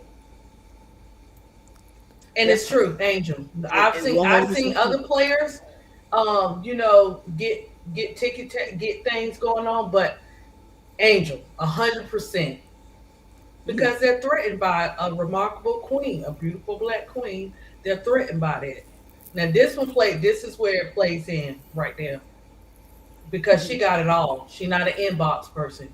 She's definitely outbox. She's doing it all off the court, on the court. And way before then, Tony, if you want to take a way back then, let's take it to the championship game. Right. You can. Most definitely can. When we're talking about the inconsistency, I mean, the refs, at some point, I'm wondering what's Yes, going to yeah. take place, right? Because there's so many inquiries involved. Yes. Do you think that they will adhere to at least any of the inquiries that have been put in? Because it's not just the Dream that put in inquiries. I would say this. I'm gonna answer your first question. Yes, I do think Angel is being treated unfairly when it comes to the officials. Like she's like I said on previous shows. They treat her like she's Shaq. Shaq was hard to officiate because he played a physical style of basketball, and Angel plays the same way. And so they don't call fouls that they should call on Angel. And on the defensive end, it's just like they really had a trigger. They be trigger happy when it comes to Angel playing defense, and they call fouls on loose ball fouls and stuff like that shouldn't be called. But again, I don't think the problem gonna be fixed in season, because like I said, the two paces out the two, and the train, left the stations. That makes sense. They gonna have to wait till the all season, take some of that money that they had gotten from the CBA and hire full-time referees. And make them their job to really study the league, study the players, study how the game should be played, so there could be a consistent, level of officiating across the board next season. But this season is not going to get fixed. But next season, they hire full-time referees and let them go to training courses, let them go to, seminars where they can rewatch these films of, calls that been made in WNBA, and so they could be better as a league next year. Yeah, I agree with that. What about the replays? Are the replays helping the game more, or do you think it's kind of stalling? Because remember, we're already spending more time during games than anything with all of these replays. I will always say this: get the call right. I would rather get the call right than get the call wrong and the game go by faster. It's always need to get the call right because people, one, invest in these teams when it comes to gambling and everything else. And two, people invest in these teams emotionally. And people just want to see the game be played fairly. It's no different than the NFL. When they go to the replay booth, when say they got calls on the field, you just want to get the calls right. You'd rather, it's like this here. And I'm gonna use a personal situation.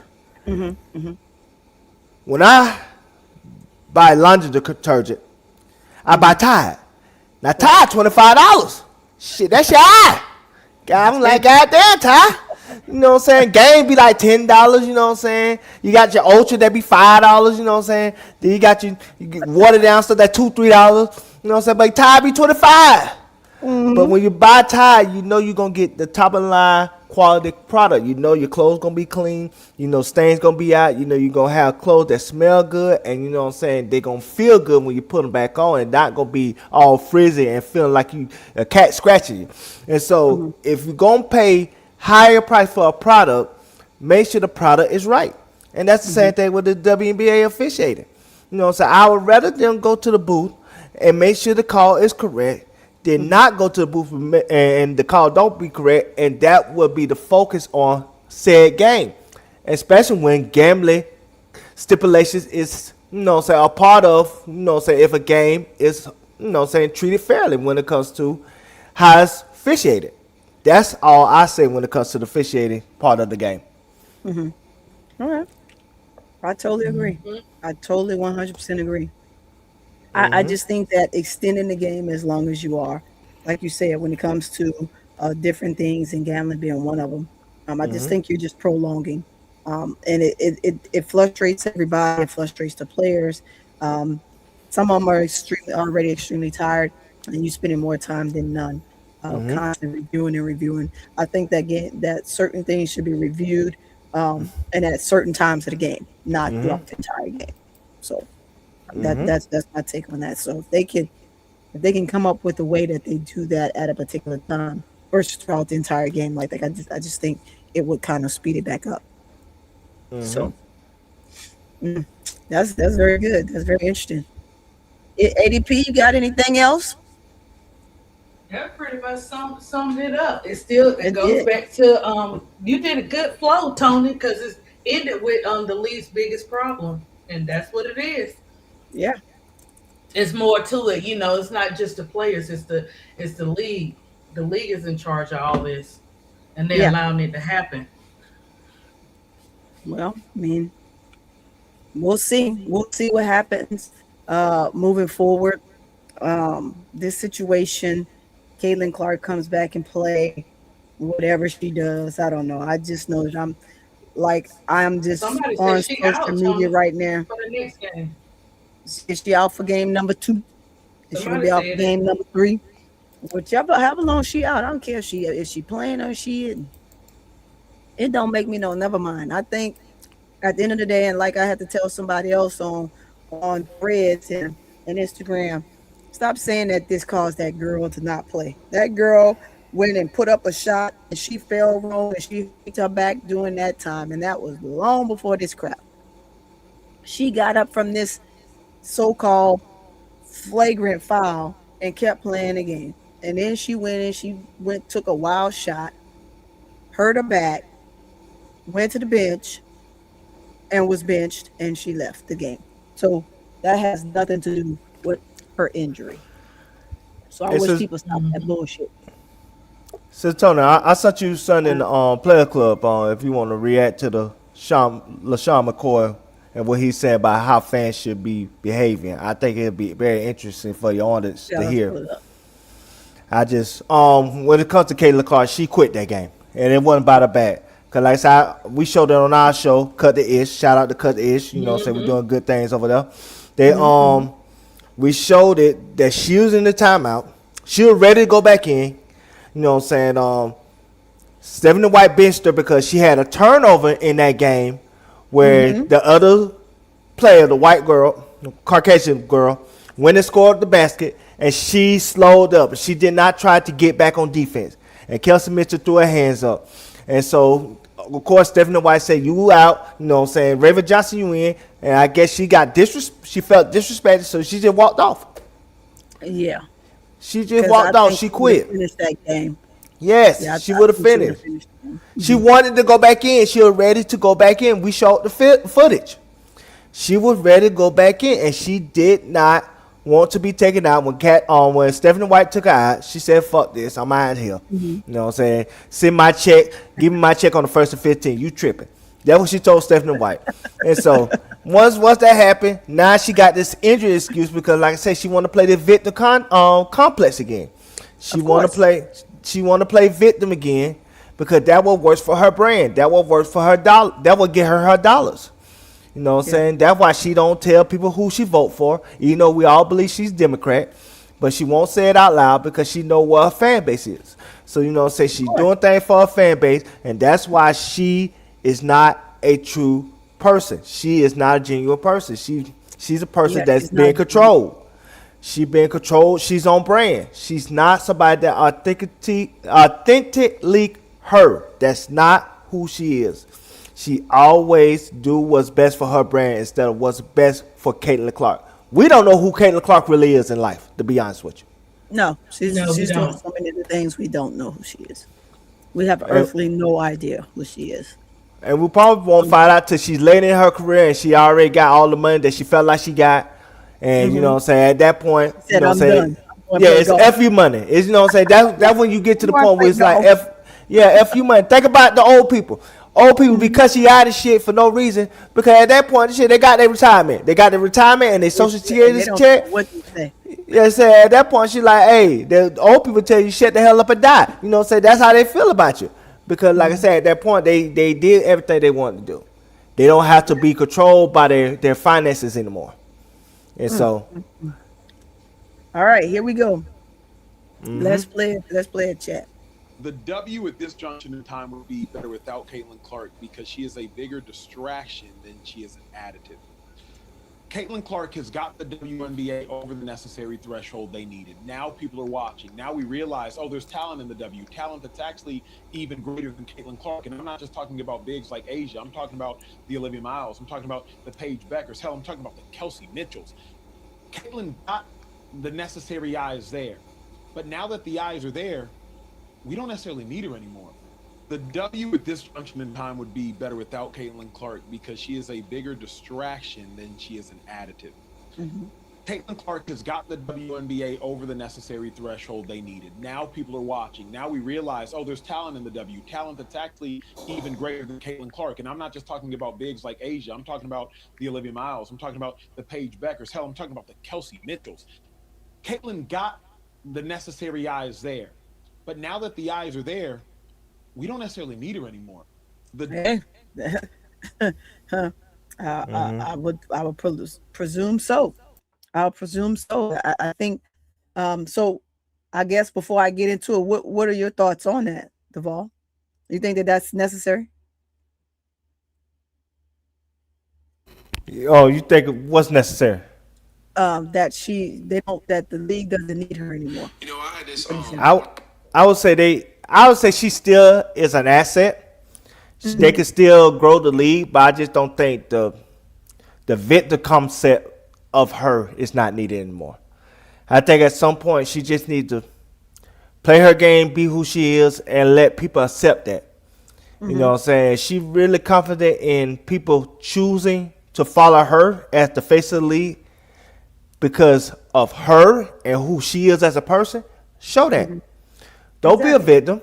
Don't act like, you know what I'm saying, you are being mistreated, you're the damsel in distress. Don't do that. Be who you are and see if people truly like you. Or she might be in denial that she thinks that people like her for her instead of for what she represents. And she don't want to find out the truth. And if that's the case, that makes Caitlin Clark a coward. That don't make her a true woman. I definitely think that sentiment is absolutely true. Wanting to know the true reasoning behind things or people and her fan is something that I don't think that she can handle. And that's one of the things that they're talking about now in social media, what she can and can't handle when it comes to this league. So, I mean, I'm not saying it. That's the media saying it. And you talking about big time, the Stephen A's and all those guys. Like, why do you feel like she can't handle it? She has to be a part of this league. So when you want to be a part of something, you have to figure out a way to make yourself a home, right? If you can't make your home warming and comfortable, then you always gonna have rough goings at it. That's just the way it is. It's like letting somebody come over to your house, and the cleanest part of your house should be your bathroom, right? And someone has to go to the bathroom, and you got a nasty ass bathroom. Listen, I'm never coming over here again. It's the nastiest I've ever seen in my life. You could have papers everywhere in the living room, but you go in the bathroom. If the bathroom clean, people say, okay, they clean. They just forgot to get to the living room, blah blah blah. But you got to make it a home. And so if you feel like the physicality of the game is something that she can't handle, then by all means, then what do? I think what the league is doing right now is they're making all of these provisions just so she's able to sustain. But that shouldn't be the rest of the league's problem. That should be a Caitlin Clark problem. The next thing I sent you, that's the one I really wanted to send you. Not that, but that's on me. But when it comes to what you're saying, I agree, because my mother, who used to be a property manager when she was living in her time, she used to always tell me, I can tell you how your house look like based on how I look at your porch. Yes. And my mother, she stood by that. She was a person, because she had to do house inspections and stuff like that. And she used to tell me, she knows she gonna fail or pass somebody based on how their porch look. If their porch look nasty, she know the inside is nasty. Right. And so you gotta keep your house clean and in order. And that's, like I said, that comes back to Caitlin Clark. Be who you are. Stop trying to be on code. Stop being robotic. Stop being, bought and paid for by these corporations and white people that don't have your best interests at heart. Because if you don't do that, this is what's gonna really happen to you, Caitlin. Your legacy is not gonna be for your play. Your legacy gonna be associated with racism. And why would you want to be associated with that when you can be so much more as a player and a representative of not only this league, but for yourself? And until she realized that, she's constantly and continue going to get controlled by the people that want to push their narratives on her and the league itself. And that's a shame. Yeah, it is. Because they're not going to be there for when it. It is truly a shame. changes. Because Kathy doesn't care about that stuff. And I mean, I don't know how many times we need to say it, right? Kathy doesn't care anything about any of these players. They are just numbers to her. What numbers can they bring to W to help her continue on her journey? Because she is this numbers person. She's the person that brings in all of the big revenues and the deals and making different decisions here and there. So she doesn't care about them as individuals. So she can run you in the ground if you're out too long. She tell them, hey, you need to cancel that contract and get somebody else. Blah blah blah blah blah. Just different scenarios like that. Caitlin is no different from that. Caitlin is the cash cow. They're using her to a certain extent. I think there's some things that maybe Caitlin didn't want to do, but Caitlin has to do it because that is part of her job. And this is what Kathy said you're going to do. You do it or we pull your endorsements, right? It is what it is. That's a part of business. And when it comes to business, because playing is their business, they have to show up for their job. How long will she be out this time? If she is going to be out for a second game in a row or something further than that, I mean, it is what it is. But I'm going to say this. Caitlin could be out for a back injury, and it's truly a back injury, and Angel could be out last year for a back injury, and no, she's just avoiding being played. I'm just saying. I just thought I'd put that out there real quick. Let's get this stuff out. Where is it? Here we go. And see, when you play this is when he say stuff like he's saying, this is dangerous. And this is why I wanted this to be played, because I want the audience to understand that some of these people lose humanity when it comes to compassion for other women in the W. Go ahead, get it off. Get it off, Tony. All right, here we go. Let me turn it up. I'm sorry, I hit the mute button. Let's mute it. Threats all the time, and people say stuff on my DMs about certain players that people love. When the 10 Tebow era, when he was balling, you say something about him, they hate you. I get so many death threats and all the time, and people saying stuff on my DMs. That's part of being sports, is part of doing it. If you don't like it, you shouldn't play. Because what do you want the NBA to do? What do you want the NFL to do? What do you want them to do? You can't make fans not be fans. That's what makes fans special. Right now, you hope that nothing happens, but they get so passionate and they saying this and saying that, F you, F your mama. You've heard so many crazy things from these fans, and that's what makes the sport game so special. So my message to her is there's nothing that the WNBA can do about it. They can't stop fans for saying things about you or death threats to you. We're going to find a social media page or, you know what I'm saying? There's nothing you can do. I'll just say this, though. And I always tell, like, young players that are sensitive to these type of things. The great thing about America is if you don't like it, don't play. Acho, you on TV saying everything. If you don't want people to respond to you, saying stuff to you if they see you or writing you DMs, then don't do it. Don't talk about it. Simple as that. Because if not, it's going to keep coming out. When you talk about the biggest player of women's basketball history, you're going to get people to talk about you. Simple as that. Mm-hmm. Yeah. I mean, I think it is a tough conversation because on one hand, nobody should be subjected to that type of treatment whatsoever. Nobody should be subjected to having their addresses leaked, pictures of their house being sent to them, death threats in your DMs. That's something that can mentally shake you up. I don't care if you're an athlete or not. That's not anything that you want to hear, not anything that you want to see, not anything that you should be sitting there and trying to compartmentalize because it's not normal and it's not okay. At the same time, though, asking the league to do something about it is not going to change the fact that all of these people are doing this. And that's kind of that. It's heartbreaking, but it is kind of the thing. Like you taking that gripe up with the WNBA and saying that they're not doing anything about it and they need to fix this. How? I'm sorry. You got to turn off Instagram. You need to block. You need to not have DMs. You need to like that. Like there's not really much that the W can do to avoid that. Now they can keep you safe. They can increase security around the areas. They can put you guys in hotels that make you feel. Can you pause this just Tony for a second? That's what Kathy Gilbert is saying. Did he just say what did I think he said? See, first of all, I need you to pause because at the end of the day, they won't say we stealing their content. I don't want you to get a copyright strike because we can react to the content once we pause it and give our opinions on it. See, this is why stupid motherfuckers like them two up there, they say shit like this and they wonder why we call them incel men that can't get women. Because at the end of the day, yes, the WNBA can do stuff about this. They need to give more security to these women when they go to these cities, when they meet these fans that they don't know that could be crazy. Also, they need to make these women take self-defense courses and learn how to shoot a weapon so, they can protect themselves if they can't afford security. See, men like this are insensitive when it comes to women's safety. They just don't understand that these are women that are vulnerable when it comes to their emotions and feelings. Why would you say that there's nothing the league could do about it? Yes, there are things the league could do about it. The league could put out a statement saying that if you are a fan and you are doing anything other than booing and you saying racial stuff in stands or anywhere else, you will be removed from the game and you will be removed from attending any games in the future. Is that doing something about it, Sister Tony? I believe that's doing. I think they're doing something about it. See, that's the something that the WNBA is doing. You know what I'm saying? Another thing the WNBA can do is, hey, we're gonna have a social media,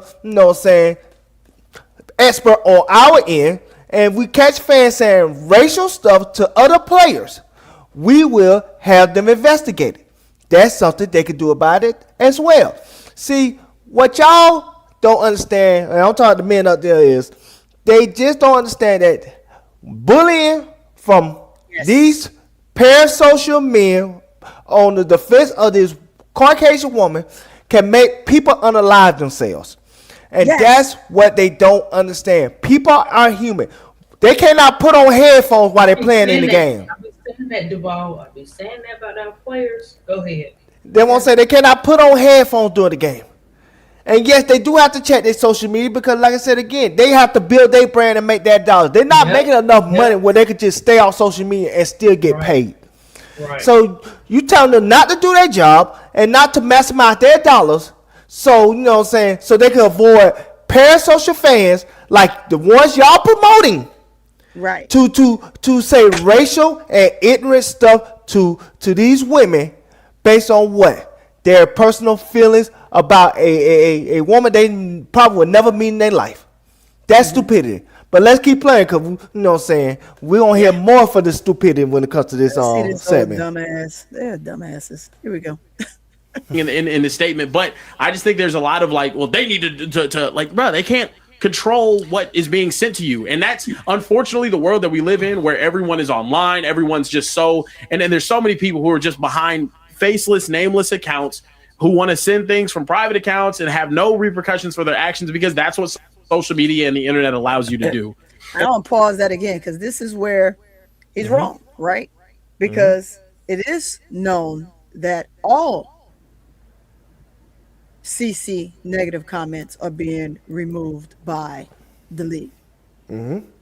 So if you could do it for one, why you can't do it for all, right? Because you need to have these ladies in a great frame of mind to play the best basketball that they could possibly play. You could tell them to turn off their social media, turn off their phones and all that good jazz, but the same thing that you're doing for Caitlin so she can be free and willing to play and do everything and not ever have to worry about that, you could do the same for the other players. Yes, fans are going to say what they're going to say. They're going to post what they're going to post, but it doesn't mean that the player have to even ever really see it. But if you don't delete it like you deleted hers, then that's saying that you're intentional. And I'll say this, though. The thing I've learned, right, from being an athlete and working with fans and different people, especially being retired, because I knew about fans, but I didn't understand like what a real fan was until I retired. Like, oh God, like damn, this team lost. Yo, this guy's week has been destroyed. This guy won. He's super happy. He's having a great time with his kids. But what I learned is that fans look at athletes like superheroes. I can't do what he does, and he represents my city and my town. And when I have bad days, when I watch him play the game of basketball, I have bills or this, I have that, all these different things in my life that's been chaotic. And then when this kid plays in a basketball game or football game, he brings me peace.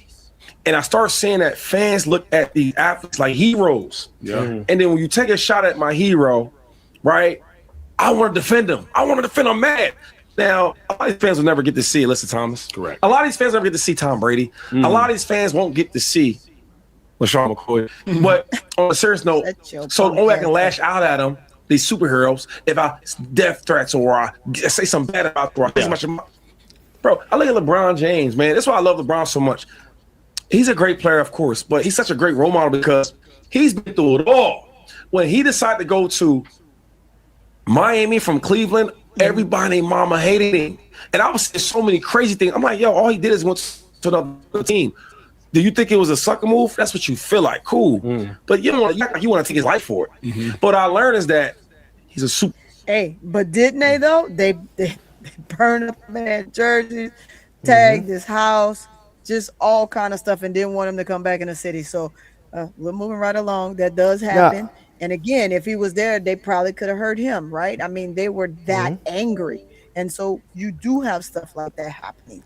People are just crazy like that. You don't know which way the wind's going to blow when they're in the presence of their so-called hero that now they don't like, or because they made a decision, or because someone like Angel is around TC, and all of a sudden now you want to try to do something to her because you don't like that she looked at it a certain way. Like there's different things like that. There's too many people around, too many people in the stands. And after that incident with Angel and that lady ran up on her because she just had to have a picture with her, I had to see her because she spent her rent money, to go see Angel.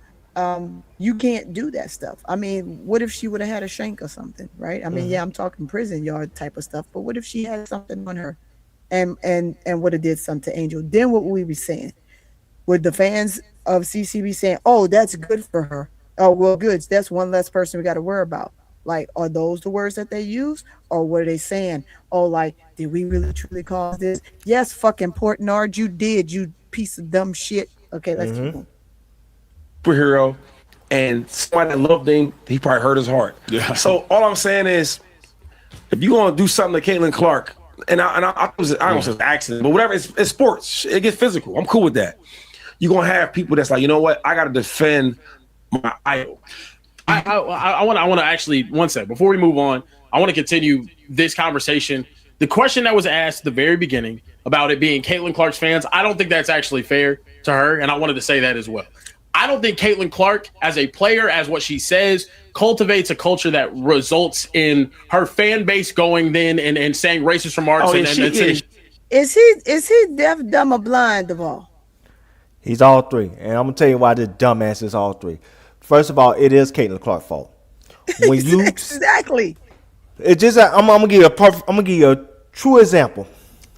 Remember they had the Blue Lives Matter movement at that point, right? Mm-hmm. Remember there were good cops that were coming out saying, "Hey, we are good cops. Why are you lumping us with the bad cops?" And people would say, "Because your silence is compliance." Right. Your silence is compliance. And the same thing with Caitlin Clark. Her silence is compliance. You are co-signing your fans' behavior instead of coming out and saying, "Hey, I'm not with this." And I don't care how many times you got to come out. I don't care. You got to come out every day and say, "Hey, if you're a fan of me, don't be threatening these other women." You know what I'm saying? Be a fan of me. Root for us to win. Root for us to have a good time. Root for us to play well. But when you're doing all this parasocial behavior as if you want to be the next Ted Bundy, that's not something that I tolerate. Right. Caitlin Clark can say that every single day, and she needs to say that every single day. And if she don't, then you are co-signing bad behavior. You are saying to your fan base that you are okay with them attacking other people on your behalf because you are, quote unquote, their superhero, which is a problem in itself. Because like I said, your superhero should be the Lord Jesus Christ. Your superhero should not be in another person. If your superhero is in another person where you so emotionally invested in them, where you would do things on behalf of them, then you have a bigger issue in life than being a content creator or a sports fan overall. Right. 100%. 100%. Yep. All right, let's finish listening to these guys and they nonsense. They talk, man. They talk greasy. Anyway, I think it can be dangerous to say Caitlin Clark's fans are the ones that are doing it. Here's why let me finish. I can't because I'm getting the DMs. I can read it to you. Yes, I don't think those people are what you said about Caitlin Clark. Hold up. Hey, I love Caitlin Clark. Are you finna get hung and word? How you finna tell me that they not a Caitlin Clark fan if they're saying they're a Caitlin Clark fan? But like you said, that's every fan. For example, I'm not mad. That's not every fan. Can I finish my point, y'all? Can I finish my point? This is very important to me that I'm able to finish this point. Go ahead, bro. Finish your point. Those fans, like you said, are not fans. They're not using their actual fandom for Caitlin Clark to spread a good message or actually show any sort of support of the athlete. They are using fandom as a crutch to now spew their racist hatred and whatnot. I don't think it's fair to say, like, look, if someone says, oh, if I go out and I say, oh, I don't like Stephen A. Smith, for example, and now a bunch of people that follow me go out and say, Stephen A. Smith, you're a bitch, you deserve this and this and this and this, and then start sending him death threats, leaking his address, doing all this other stuff. I don't want that to be reflective of me or anything that I've said or done. And that's a situation where I actually went out and like said something about Stephen A. But here's my thing. That's not cool. And let me know. You know this. You might know this. What can I play that won't get us violated, censored? I haven't listened to this voicemail because what Shady said and what Kieran said, like, hey, protect your peace. Yeah. I wake up at 6:50 a.m. to a no caller ID number. Yeah. This is the first time I'm listening to this voicemail. Yeah. This is after my Caitlin. So real quick, before you even play that, somebody had to do extensive research to find your phone number before they could leave you this voicemail. Is that correct? Correct. Okay. I have not listened to this voicemail, so we are all hearing this voicemail for the first time. Okay. I texted it to my There you go. You see, do y'all see how dangerous that is, chat? That's very dangerous. It's extremely dangerous because what if he said that and then he was outside the man's house when he walked out of this door? You know what I'm saying? That's excessive. That's extremely dangerous. If you took the time, Duvall, to research this man and find his phone number, figure it out, whichever way you got it, whatever source you use, who's to say that you're not outside his house or even sitting in his car in the back seat? But this is my point. People like LaShawn McCoy, aka Dumbass McCoy, promoting parasocial behavior. You promoting that people can go to the stream link to get phone numbers and leak addresses, all because they want to impress their superhero. We ain't trying to cut y'all ADP. You got anything to say? We don't want to make you feel left out. I apologize. No, you're good. No, you're good. I'm listening. What y'all saying is good. Yeah, this is insane. This is insane. Yeah, it's crazy. Yeah. Go ahead. Shout out Megan. And I said, type out what it says so I can know to play if I can play it or not. So we all finna listen to it. And this voice note I am about to play that I received from someone in defense of Caitlin Clark is what individuals who say anything about Caitlin Clark are subject to. Let's play. It's running from the top. Man, he's old, man. He's trying to get the. No, hold on. Oh yeah, it's about to be wild. Oh shit! Here we go. Buckle up, Buttercup. This is sports though, bro. Manuel Echo, race baiting bigot. He got Echo. Man, stay out of women's basketball. You don't know fucking shit. Talking crap like that, man. Who the fuck you think you are? Think the blacks own the WNBA? Well, fuck yourself. You're gonna get hung up one of these days, bitch. Wow. Now you don't love that? I love that. Wow. You know I love. Wait a minute. He said. Wait till it happens to him. This is the first time I listened to this because I didn't get to to see this on your show last night. I think I came up for just a second and then I went over to. No, I ain't played it. I got this today. He loves that. This is crazy. This is crazy. Now we played it last night, but what we played last night was you watched the courtroom where that man played his guitar. Oh, That's the type of parasocial behavior that's not acceptable. What is wrong with y'all motherfuckers that y'all will go to these extremes for y'all favorite players? I mean, this is stupidity. Y'all got kids. Sean McCoy, you got kids, brother. What happened? See, you see he talking that shit now? What happened? Somebody go after his kids. Right. On behalf of their quote unquote superhero. Then he'll have a different tune in. Because that's what people don't understand, Sister Tony. Yeah. People don't have to get to you to get to you. Exactly. Right. They can get to somebody close to you. Yep. And it will hurt worse to that person than getting to you. Because you're going to feel guilty that whatever happened to that person that's close to you, you're going to always feel like it was your fault. Even if it wasn't. That's why people like him is stupid and dumb as hell, and they shouldn't have shows. Because they will say stuff like this to promote bad behavior. And that's something that shouldn't be tolerated under any circumstance. Keep playing.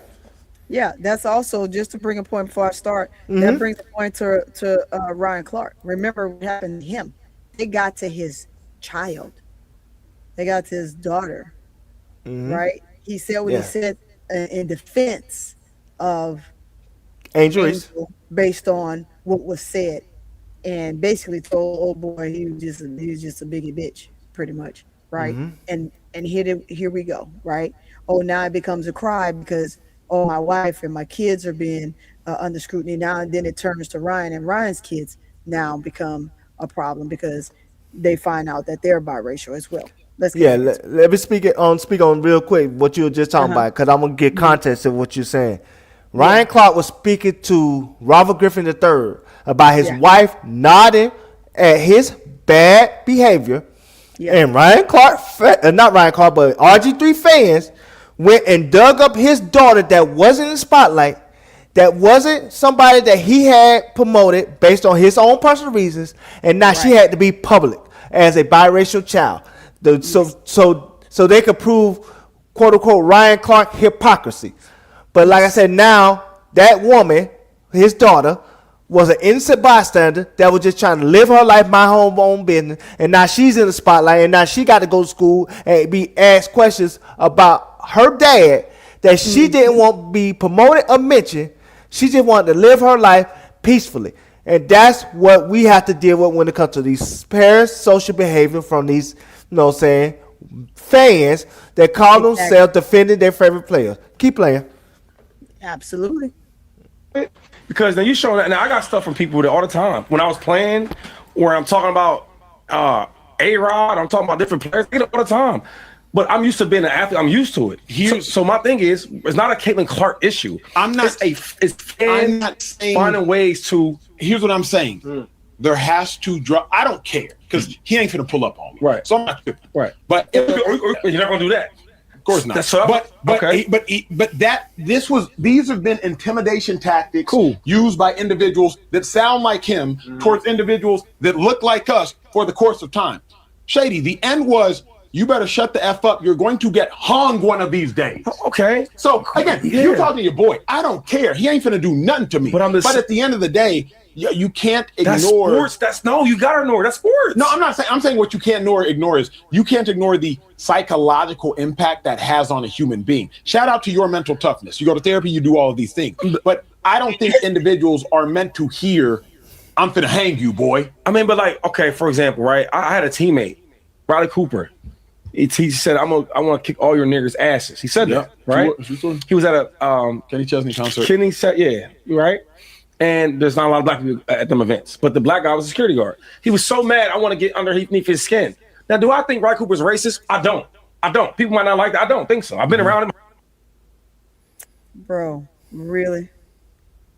That's the end of that. That's crazy.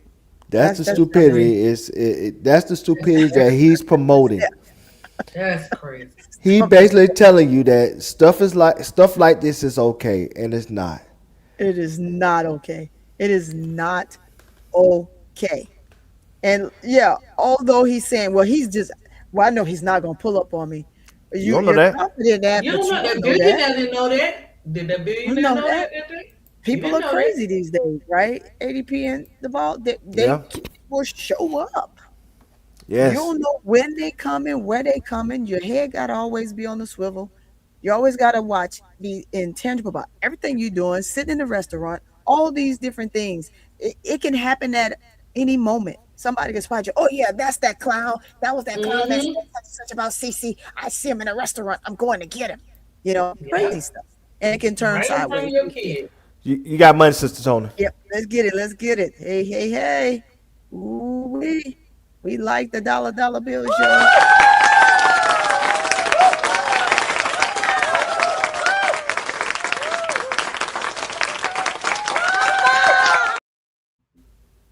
Thank you. Chicago Cheetah, thank you for the $2 super chat. I appreciate it. Great show. Thank you so much. We are here to please. Thank you very, very much. I'm gonna say this to Tony because, like I said, you could speak on this as somebody that's not only served a long time but still is in the service. Your gun is a great equalizer. Your gun don't give a damn how big somebody is, how much weight somebody lift, or how how strong their muscles are, or how hard they can punch someone. That's the great equalizer. So he said that man ain't gonna pull up on him. How you know that? Like I said, his gun don't have no fear, just like he don't have no fear. You know what I'm saying? You don't know how far can somebody go to defend their honor when it comes to sports. Right. You know what I'm saying? So people like LaShawn McCoy spit out this stupidity, but he go to therapy. Everybody can't afford therapy, LaShawn McCoy. Right. Some of these women in WK afford therapy. Some of these fans need therapy. But you promoting bad behavior. Why? Because you want to uplift your queen CC? That what it is? So you rather be, compliant to your fans' bad behavior so CC can be respected as somebody that bringing in new people? Fuck you and that show. Exactly. Let's get the money. We got some more. Hey.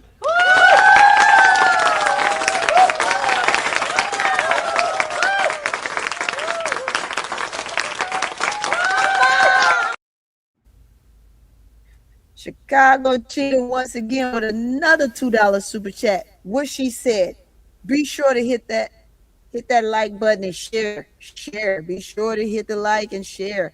Do not miss the opportunity. As a matter of fact, let me go look right now and see where we are on the like button. Let's see, because I think you know, we've been in here and it's been steady the entire time. So it should have a lot of likes up in here. Hold up. It should have a lot of likes in here. I appreciate you coming up, Duvall. That was real nice of you. I appreciate it. Yeah. Appreciate it. I want to catch you on the tail end.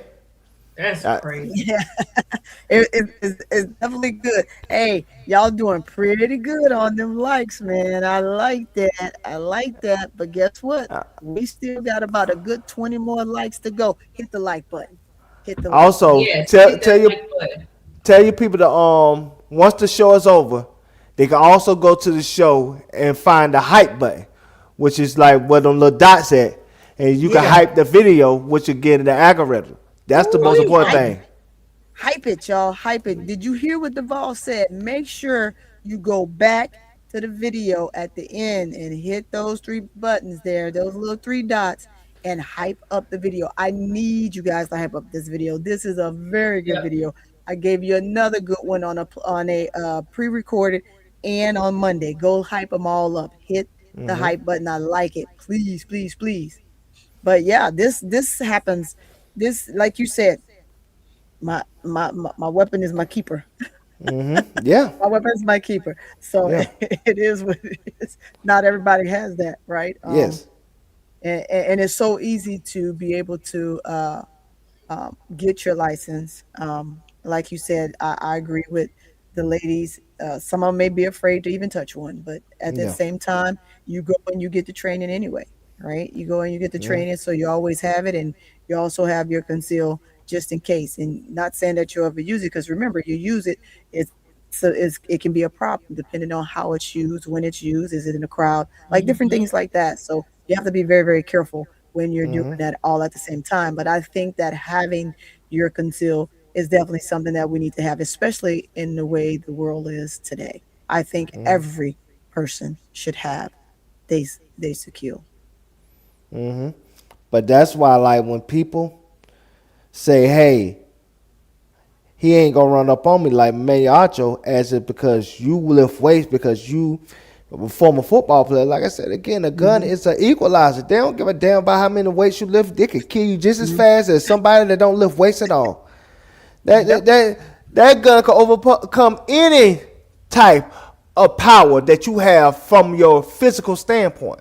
And so that's why when you say stuff like that to your audience, you being ignorant.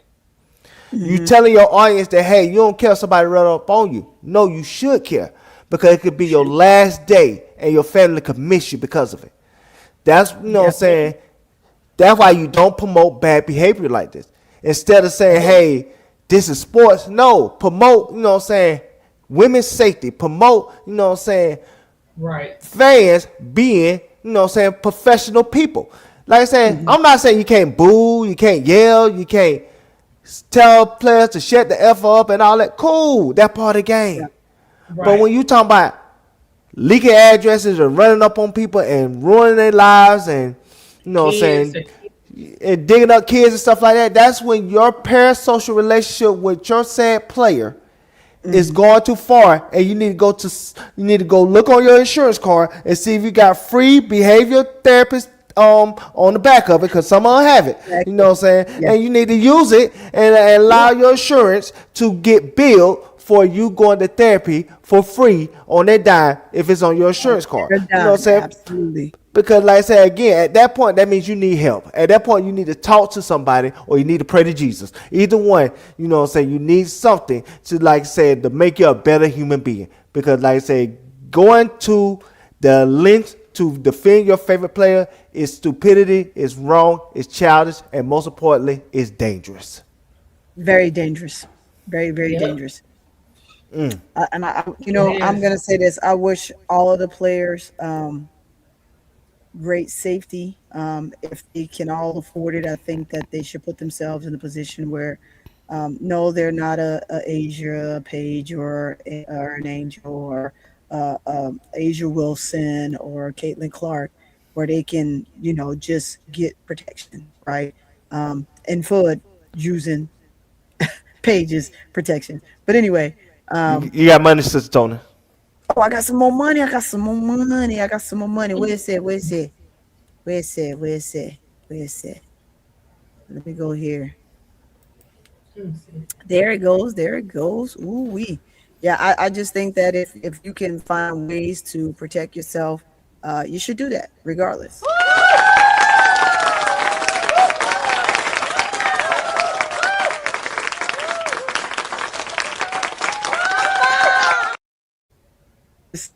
Thank you, Kappa 1911. I appreciate you for the $2 super chat. Yes, I am. Yes, I am. Yes, I am. He says, wait a darn minute. Tony, are you a vet? Yes, I am a vet. I am a vet. And still serve. And still serve. And still serve. And still doing it. Still kicking strong, boy. Still kicking strong. I love it. I love it though. When you love what you do, you know, you stay at it, right? Right. Just put yourself to work and do what you do best. You know, when you again love what you do and you want to make change, you want to see change, you want to help the younger adults understand life lessons, the importance of why you do what you're doing, and doing it for the sake of your country. Although sometimes your country don't give a damn about you. You can't let that be a factor. You just have to do your job. Oh, you're a Navy vet. Oh my Omega. Okay. Thank you for your service. Appreciate that. Thank you for your service. Oh, So Navy that's why. guy. Go ahead. Go to ADP. No, he's saying he's from the Navy. I know about the Navy guys. Yeah, you a water bug. That's water bugs. Yeah. You know, I'm an Army girl. You know, Army girls. You know what we say about you Navy folks. Y'all water bugs. But hey, nevertheless, I appreciate you because if I ever have to be in that water, come get me. Although I too am a diver. Oh, she was in the I water am with a Jaws. master diver, girls. I'm a master diver. But nevertheless, I won't go where you go, Navy men. Y'all got it. You got some more money, there's Sister some Tony. more money. There's some more money. It's pouring in. We're pouring in. Hey, Tony, you need to let's show get them. it.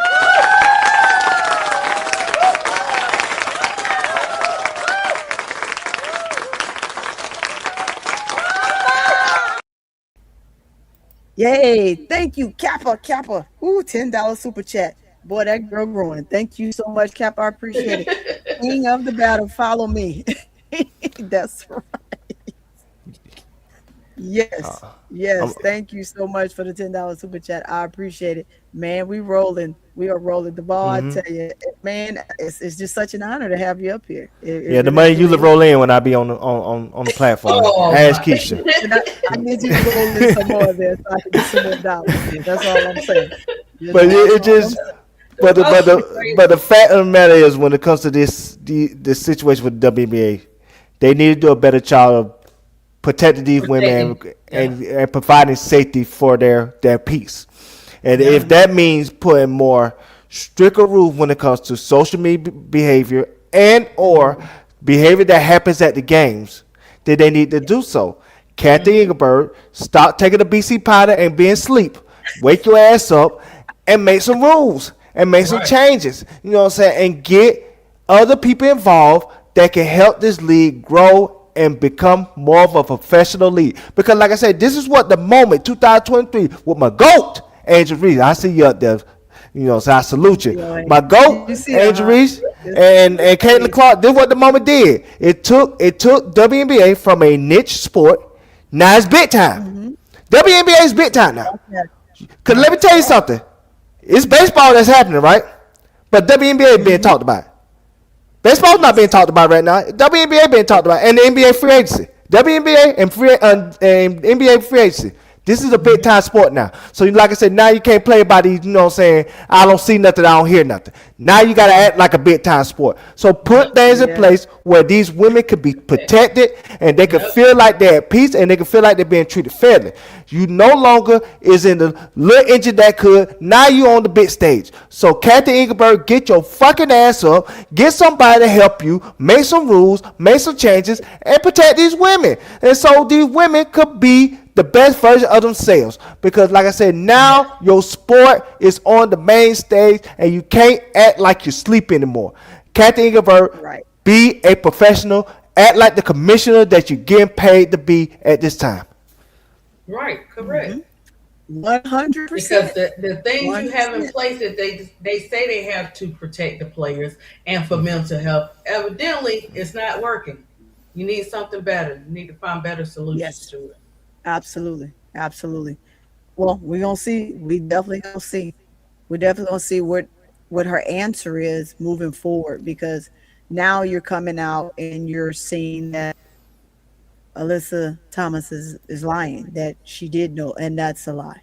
No, I don't think a player is going to come out and say that they weren't aware that you were going to suspend them And the coach. until 10 minutes before it went public. The coaches come out. The coach is upset. The coach wasn't aware. All the players spoke about it. Now, did they speak about whether or not they're receiving some of that same hate? I don't think so, but I'm sure that, that's just the way it typically has been happening, right? Think back to Angel with the Sky, right? First year, rookie year, they were all on her heads. Crazy Izzy, dumbass, who's so violent now, who couldn't be violent then, now feel emboldened to be violent now because she's a coward, right? So they all took a hit. They all took a hit based off of the fact that people were coming for Angel, right? And so, and now here we are, years later, you're 3 years in, and now you're coming back for her over something that really is not her fault, right? She's just a player. She don't make the decision on how much she played, when she played. She's doing her job. She outplayed Jazz. 50 minutes. It is what it is. You were recovering. Get over it, right? But yes, she took a beating, as well as some of the other players from the fans. And that's just what it is. So all teams are going to feel that regardless. And like the Dream said, Ryan and Leash both said, we understand that Angel's a high profile player. We understand the vigilance of what happens with her. And so they are willing to do their best to protect her in any way that they possibly can. That way, all she has to do is worry about playing basketball. But it doesn't mean that they won't get the silly little comments. And they have, and guess what? They have responded beautifully with jokes. So that's what I like about this team. Folks have already come for them, and you know what? They respond. They go on and they just crack a joke on their doggone self, and they just keep it moving. One of them say, yeah, like we got cooked. Like, so, because it's the truth. You got cooked, and they admit it themselves. So, I like that about this team for her. I like to see them do a little bit more, but other than that, I like where she is and what she's surrounded by. And as long as they're willing to do that, Angel's in a safe space. And this is where the hypocrisy of the league is, Kathy Ingeberg, saying, acting like she in the whole old folks home and she don't know what's going on. See, she is in the damn old folks home. Now last year, think about this, Sister Tony. Last year, when Angel spoke out and said she was getting racist, say things said to her at the game, we heard it on TV, loud and clear. We heard the monkey noises.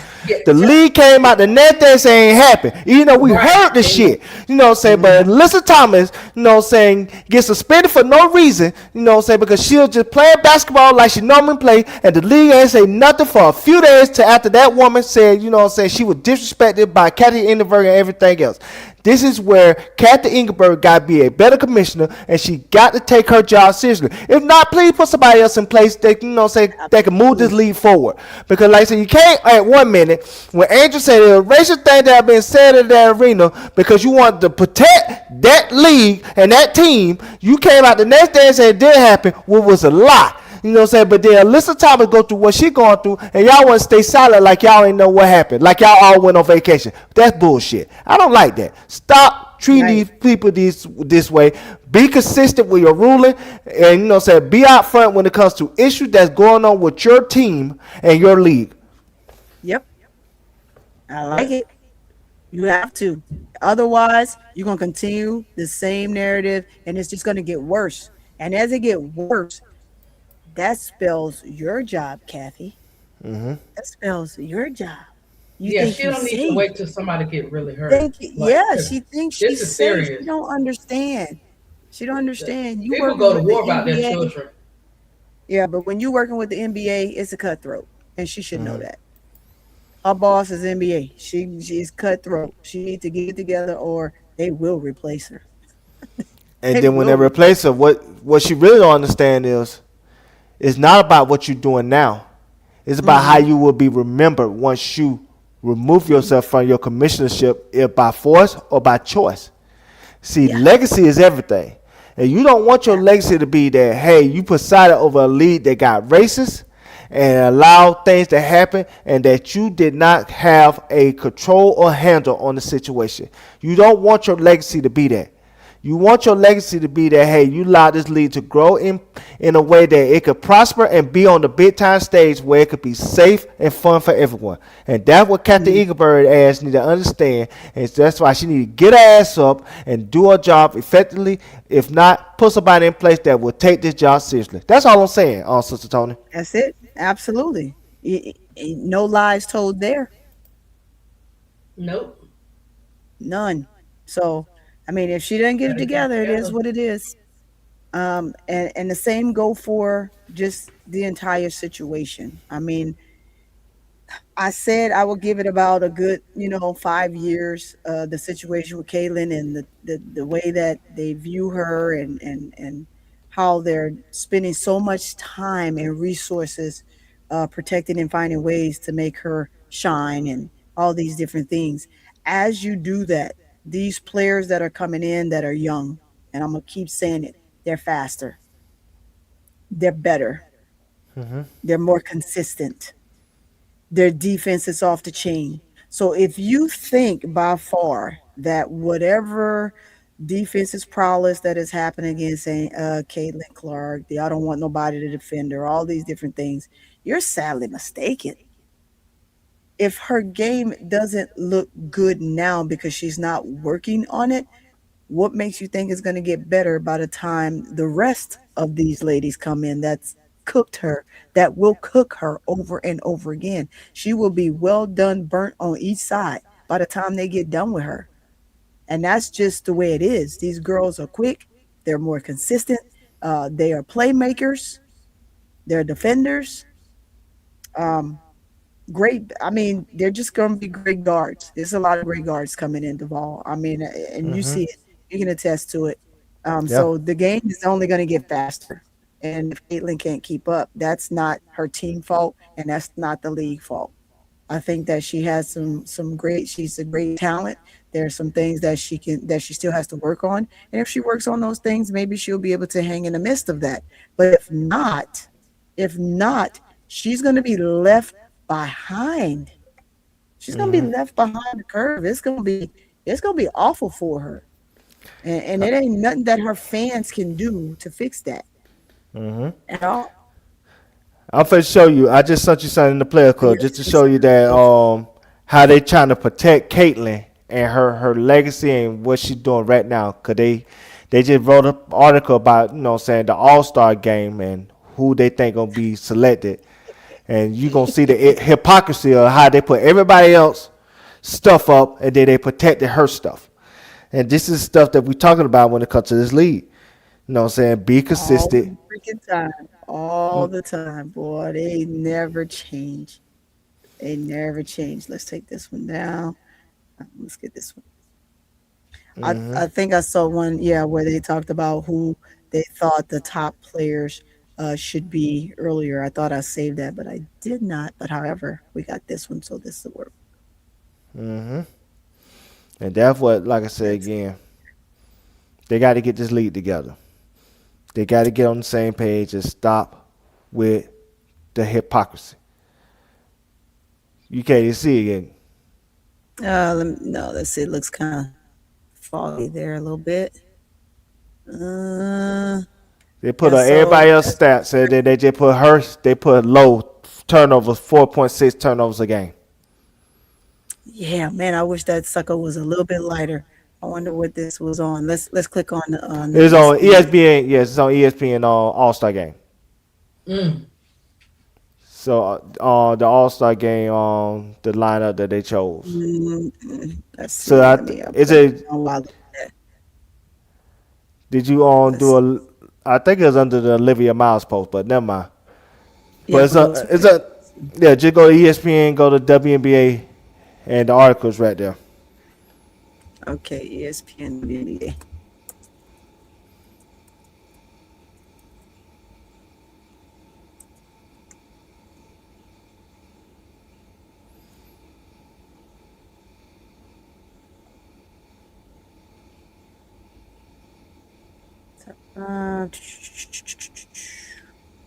Oh yeah, they showing me some other stuff here. Scroll on down. Scroll on down. Mm-hmm.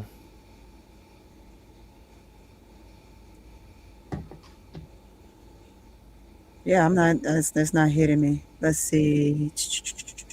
ESPN WA cleanup crew. Oh, we ain't worried about that. Why didn't it pop up? Let me hit it again.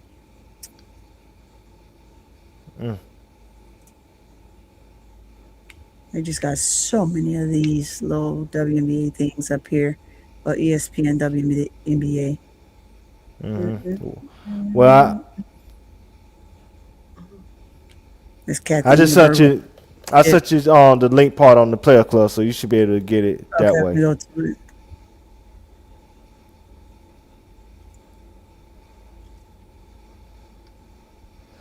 If you can't click on, just copy and paste on your own. Let's see.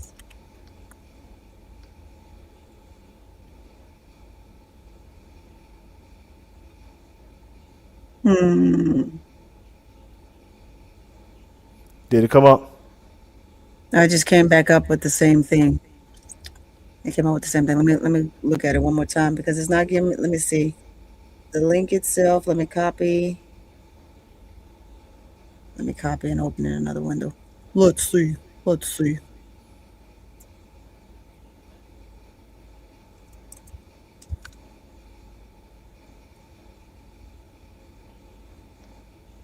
No, it just keeps taking me to the same thing. Well, I just shared it, so it should now. But like I said, it should now. You should be able to click on it now and Okay, there it is. Olivia Miles post. Let's see. Let's get to it. I will close this one. So I had to do it a new way. Okay, I got you. When you work with Keisha, you gotta find creative ways to get these links and stuff. You know what I'm saying? So we can get stuff up going. Yeah, I was like, where is this thing? Yeah, because we usually pull it prior to and attach it, and that way it's just click and boom, it pops up. Let's see. Let's put it up there. But show you the hypocrisy. Yeah, also. Now go to Caitlyn name, cause they predicted the All-Star starters. Oh, yeah. They So- predicting the starters. Yeah, you gotta go back. Yeah, you gotta go back. Yeah. That's crazy. So you just scroll down. There's Caitlin Clark. And the No, you most gotta scroll recent- down. They got the order. You gotta go down and it'll show you the actual. Here we go. There's Paige, and it shows her Yeah. effective field goal percentage 57.4. Caitlin's, they don't have nothing up there. They just said career 4.6 turnovers per game. You have Olivia Miles 5.7 assists per game. You have Kelsey Plum 23.9 points per game. So they're just kind of giving different stats. You have Aaliyah Boston, who has 42.6% career high 3-point shooting. Natasha Howard, 24.8 which is her career high points per game. Then you have Angel Reese, league leading 11.6 rebounds per game. See, they made me mad because that's why they're messing with her. They want her stats for that to go down. When it was up, it was more than that. But anyway, then you have Jessica Shepard, who's averaging a double-double, 14.3 points per game, 11.5 rebounds per game. Stewie, 32.1% of her high points come from free throw from the free throw line. So basically, she's been efficient and diligent in getting you to drawing fouls on everybody. League leading 25.7 points per game, Asia Wilson. I think I Asia at the bottom. We have it. That's just they probably who knows. I'm trying to see did they go by alphabet? Yeah, they went alphabetically. Oh, okay. Thank you. I'll get ready to Well, say, not okay. really, because you got Plum in front of. Maybe they did it by court. Because see, this is front court, so it Yeah. starts with Aaliyah Boston. So yeah, it's alphabetized by the court. Okay. So there's your front court, and this is your back court. But you see how they got Caitlin 4.6 Yeah. turnovers a game. Why they don't got her stats and stuff like that? It just Where's her points per game? you know what I'm There it saying. is. It says two-time All-Star is averaging career high in points 21.2. Field goals percentage 43.0, and 3-point average is 37.4. So it's within the body of it. She's ranked number 5. And what? 5 in the league in points. So she's number 5 in the league in points. So they have it down at the bottom, but I guess they chose one thing. Then you have Olivia Miles averaging 18.7 points a game, 5.7 assists a game, 4.8 rebounds a game, 1.4 steals a game. She has a full stat line. But this is the rookie. This is the rookie who is pretty much outplaying her, because she says she is the best playmaker in the league, but Olivia Miles said, no, I'm the best. So Olivia Miles is just kind of showing you where she's coming from, and she's just a rookie, right? I don't believe that was CC stats as a rookie. Nevertheless, we get down, then you got Plum with her 6.4 averaging. Let's see, scoring assists 6.4 a game. That's it. That's all they got on there for her. MVP of All-Star in 2022. Aaliyah Boston, career high 17 points per game. Number 15 in the league. 8.6 rebounds. Ranked number 9 for Boston. And then she's also beyond the 3-point arc, averaging 42.6%. And she's number 3. Averaging is number 3 overall for that. Career high 2.6 per game. Yeah. So continue on. Then you got stats for Natasha. She's averaging her efficiency ranking 24.8. Ranks beyond. She's ranking right behind Asia Wilson. Averaging. She's 34 years old, y'all. Understand that she's 34. And playing with Olivia Miles, if she wanted to retire, she probably said, shit, if I stay on this team, if I stay with the Lynx, I could play as long as my contract. I don't know if she have a 1-year contract or she has more, but if they're willing to offer her another contract, I'm almost certain she'll take it. When you got a PG like that, it gives you longevity in the league. So at 34, she can still play some more, because she's definitely balling out of control right now. She's ranked number 14, averaging 17.7 points a game. Yeah, her career high is 66.1% for a career shooting. Angel, that's all they have for her. They didn't put anything in here for Angel. You see the disrespect? They could have put in there. She was 10th in steals. She 10th in steals. She 15 blocks. You know what I'm saying? She averaged 14.6 points per game over Jessica Shepard. You know what I'm saying? No defense ass. You know what I'm saying? But they want to show my goal disrespect. And I just don't like it. You know what I'm saying? ESPN, F you. You know what I'm saying? Get it together. And where's her points per game? Where's her points per game? I think she's been averaging over 15 plus points a game. Like, what are we talking about here? But they got Jessica Shepard's up here, 14.3 points per game, 11.5 rebounds per game. I mean, is that what we're doing here? Yep. She's age 29, grabbing 15 or more rebounds per game. That's what they said. They didn't put anything in the body for our talented Barbie here. All-Star appearance in 2024. A clip of her and teammates Alicia Gray smiling. We don't want to hear none of that stuff. Where's the stats, bro? That's what we're talking about. Like, this is, like you said, the disrespect. right? The Right. disrespect.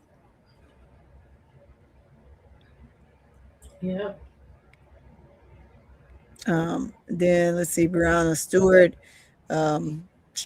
Same thing, just talked about All-Star, 32%, 32.1% drawing fouls. That's it. Asia Wilson, they got her stat lines in here. She's averaging 9.2 rebounds, 2.9 assists. They didn't even talk about Angel's assists either. League's best 2.0 blocks, 52%, 52.4% shooting from the field. Yeah. They gave her that. Yeah, they just, I guess that's what it is. It's, are you mad or what? Are you mad or what? Is all we're saying. That's what it seemed like. Yeah, that's need to do exactly what it something seems more. Show like. us I that. mean, they just didn't feel anything. They didn't feel anything out for Angel. The rookie got it all. But nevertheless, it's well deserved. But to just be dismissive, and it's just showing the person that put it in. It says Karen. Let's see, Karen Copeland put it up for Caitlin. Filippo put it up for Paige. I guess maybe that's what they wrote in.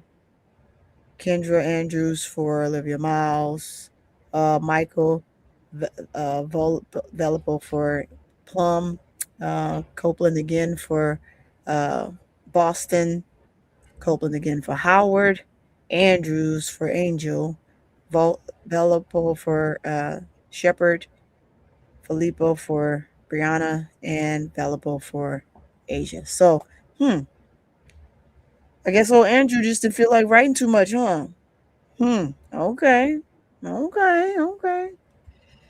The good thing about that, I'm going to say this. You just cannot keep a good player like that down. No matter what you do or what you say, it's crazy. It's crazy. It is. They That can't cover just- it up, though. That just, showing that the inconsistency that they show to each player instead of treating everybody as a collective. Right. And then they wonder why there's division within the WNBA when it comes to players and how they view other people. And like I said last night, I'm tired of hearing the narrative that people are jealous of Caitlin. Name the people. Yeah, nobody want to hear that fucking shit no more. Y'all gotta stop that. Yeah, I heard you say that It's as my well. daggone nerves. Right. It's so annoying. And just for the media out there, your big media platforms, fucking Fox News. We know Fox News is not a advocate for African Americans whatsoever. So they're definitely not going to spear the narrative that they're doing anything great. Just let that be known. Those guys are paid and bought for. That's why they're on that platform to talk. And anybody talk about anything other than what they want them to talk about, then they're gone. Their positions is sold, gone. They'll put somebody else in there that will be the puppet for them. But it's just crazy. And I can't get too far in that political stuff, but this is insane. It's literally insane. Literally. So. Yeah, at some point, the league need to get it together. I know you got to wrap it up because it's a 3-hour show, but you know what I'm it's time to saying? get up out of this joint. But at the end of the day, they need to stop with the fake narratives about people jealous when they can't name the people who they think are jealous. They can't just say that Caitlin is being targeted when they know that she plays a physical game herself and she she trash talk and and she wants to be in this league. So she got to be treated like everybody else. She can't be treated with different rules. Her or Angel. They all got to be treated with the same rules. And so this league need to get together. Kathy, you need to get together. Drink your Alka-Seltzer, get your ass up, and find somebody that can help you get this league to where it needs to be and move the league forward. If not, get somebody else in there because at the end of the day, this is a big time league now. This is not, you know what I'm saying? This is not the league that's a niche sport. This is not, you know what I'm saying, hockey that nobody don't talk about. They talk about WNBA. I'm going to tell you how popular WNBA is at this point in time. And see, I'm gonna show you one more thing because I know we finna get out of here. But you know what I'm saying? People need to understand how popular the WNBA is. You know what I'm saying? I'm gonna tell you how big time it is because I'm gonna sing you something, Sister Tony. Because you know I'm gonna sing you something, Sister Tony, because I'm tell you how this league works. This league had came a long way. You know what? I'm gonna do it a different way. I just forwarded it to you. This league take a long way. I'm gonna tell you how far this league has came. I'm gonna tell you how big time this league is at this time. Now put it up, Sister Tony, because people need to know how big time this league has become. Pull it up. Let me pull it up. This league will never been on this situation at any other year before 2024. But now they have arrived to this place. Yes. And this is the biggest of the big time. Once you put it up and show people what I'm talking about. You don't got to tell them beforehand because Keisha like to tell stuff beforehand. And I'm like, Keisha, sometimes you got to shut the hell up. Now, get to the beginning. Yeah, let's go ahead. Let's put it. And you know, I love me some. Tell what this is. What this is. Tell them what this is, Sister Tony. What is this show? Good morning, America. Hey, you know what it is. Your girl, none other than the Truth Teller. The Truth Teller. Oh, he like Robin too? Oh, yeah. Tells no lies. A legacy. Real hoops, real talk, no Robin cap been, on this channel right here. And that's why we're bringing you our girl, Robin Roberts. Now, the fallout from the WNBA incident involving Caitlin Clark and Alyssa Thomas. Thomas, who is a 6-time All-Star for the Mercury, says she has received death threats after she appeared to push her fist into Clark's throat in a recent game. Brandon Alley is here with this story. This is getting a lot of attention. It's getting so much attention. Alyssa Thomas says this was a complete accident. She says she didn't mean to do this, but now she's being painted as a thug, getting death threats. She's sick and tired of the league not doing more to protect its players off the court. Oh, she getting ready to do This something. morning, WNBA star Alyssa Thomas blasting Commissioner Kathy Engelbert after Alyssa says she received death threats over this incident with Caitlin Clark. There's a difference between trolling and there's a difference between hatred, and the hatred that we're experiencing over a play that honestly was a complete accident. The play happened at last Wednesday night's game between the Phoenix Mercury and the Indiana Fever. Clark at the bottom of a scramble for the ball. At one point, Thomas appears to push into Clark's neck. But before we get further into that, you see what they said? Appeared, right? But it wasn't something that was done maliciously. But let folks tell it. It was. It's just an actual play. It wasn't called. If they were going to call it, if they felt it was deemed at the time something that they needed to call, they should have called it. If it's missed, it's missed. You don't go back there and try to rectify something that you then messed up. Now, before I finish playing this, I want to say this. This is big time, Duvall. Oh, This yeah. is It is big time. because you spilled the narrative. You had Fox News come out and say what they said, right? Then you turn around before Fox News said what they said. You had this political guy come out and say what he said as to why they went ahead and they charged her with the flagrant 2 and the suspension and the fine, right? So you had all of that go out. But when you put this on Good Morning America, Good morning, America. Alyssa Thomas could really sue guys if she wanted to. Hey, I'm just saying. That's what I'm just saying. she said. This is my girl. I love this show. I love what they do. And one thing you don't do is you don't scare nobody like Robin Roberts. Here we go. Following a post-game review, the league upgrading the initial no call to a flagrant 2, suspending Thomas for 1 game. The fist in the throat is crazy. It's crazy.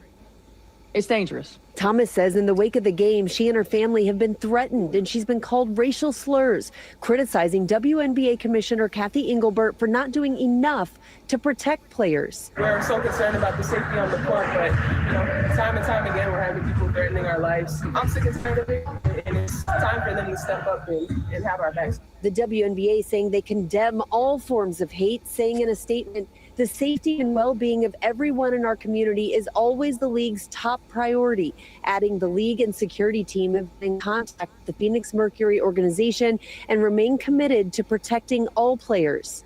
I call Cap. I call Cap, Duvall. I call Cap. Kathy is a lie. and now she's trying to do damage control. That's Oh really yeah, like she tried to do feed. It's like a that's- repeated cycle. yeah. How many Yeah, times you gonna go out there and get booed, Kathy? How many times we gonna wear t-shirts, Kathy? Kathy, She in the hot get seat it right now, together. yo. She in the hot She seat right is. now. She is This in the is hot Good seat. Morning America. She's in the hot seat. Because Let's guess keep it what, rolling. Tony? That's what I'm saying. Like Duvall always, like you guys say, there are a lot of eyes on this league. This league is big. You're not getting away with them shenanigans like you used to. Push it under the rug and throw it away like they did Candace Wiggins. I mean, you're not doing that anymore.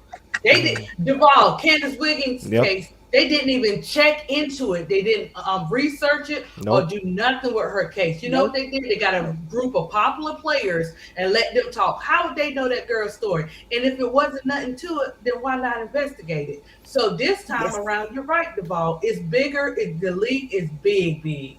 And they thought that AT won't gonna have nobody have her back. You don't know who AT people connected to or who people connected to what. You know what I'm saying? That'll speak out for these players. And Robin, I love me some Robin too. Legend. Yep. I'm gonna I'm gonna let the video finish, and I'm gonna say something. Yeah. Okay.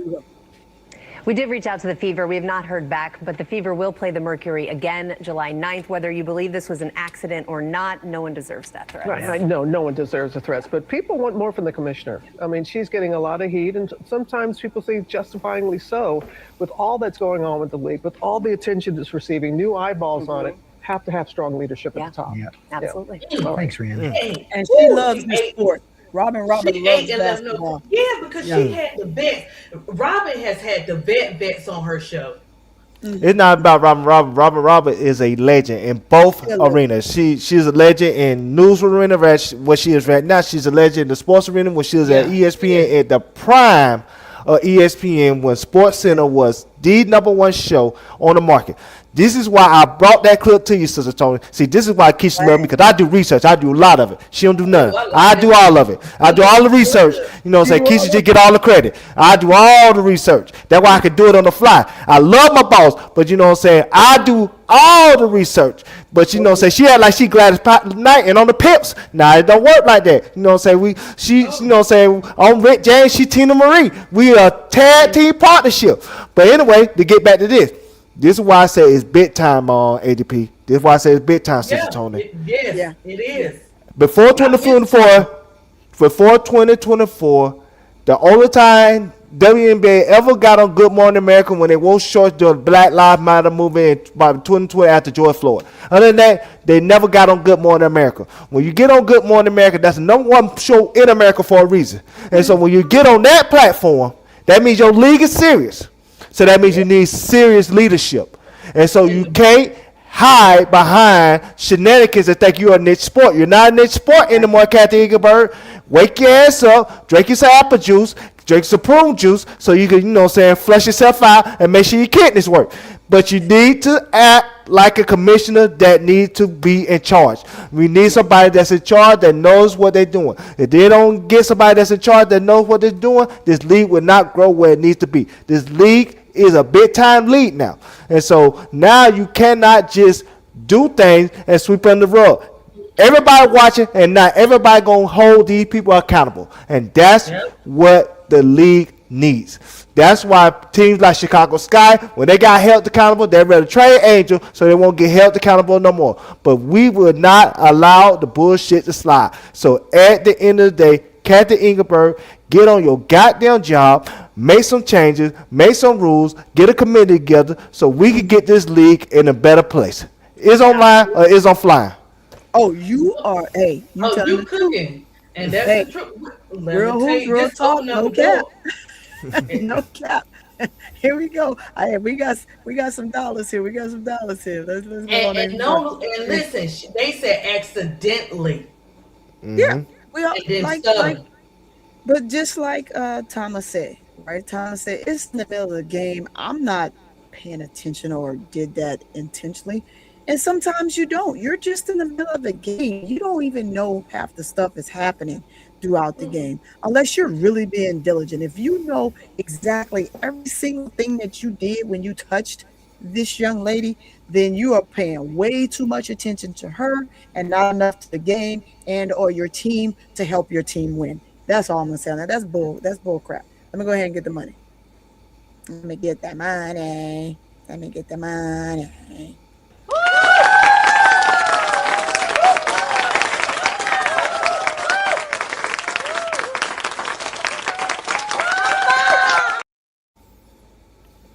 Yes. Hey, thank you, Auntie Fee. I appreciate you for the $5 super chat. She said, I have been tagging Robin, Good Morning American, Stephen A, Ocho, and videos all week on Threads. Thank you, because if this was something that they looked at and they took what you sent them and made it big, I appreciate you, because guess what? This is something that I truly agree with, and thank you once again for the $5 super chat that we need to be putting out there, because if We got more money, more money. hey, more money, more money, more money. I told you when I'm up here, the money flow. The money flow when I'm up here, Keisha. When I'm up here with Keisha, money flow. When I'm up here with you, Sister Todd, the money flow. The money flow. The bank open. Let everybody know the bank is open. The bank is open. Thank you, my brother. Here we go.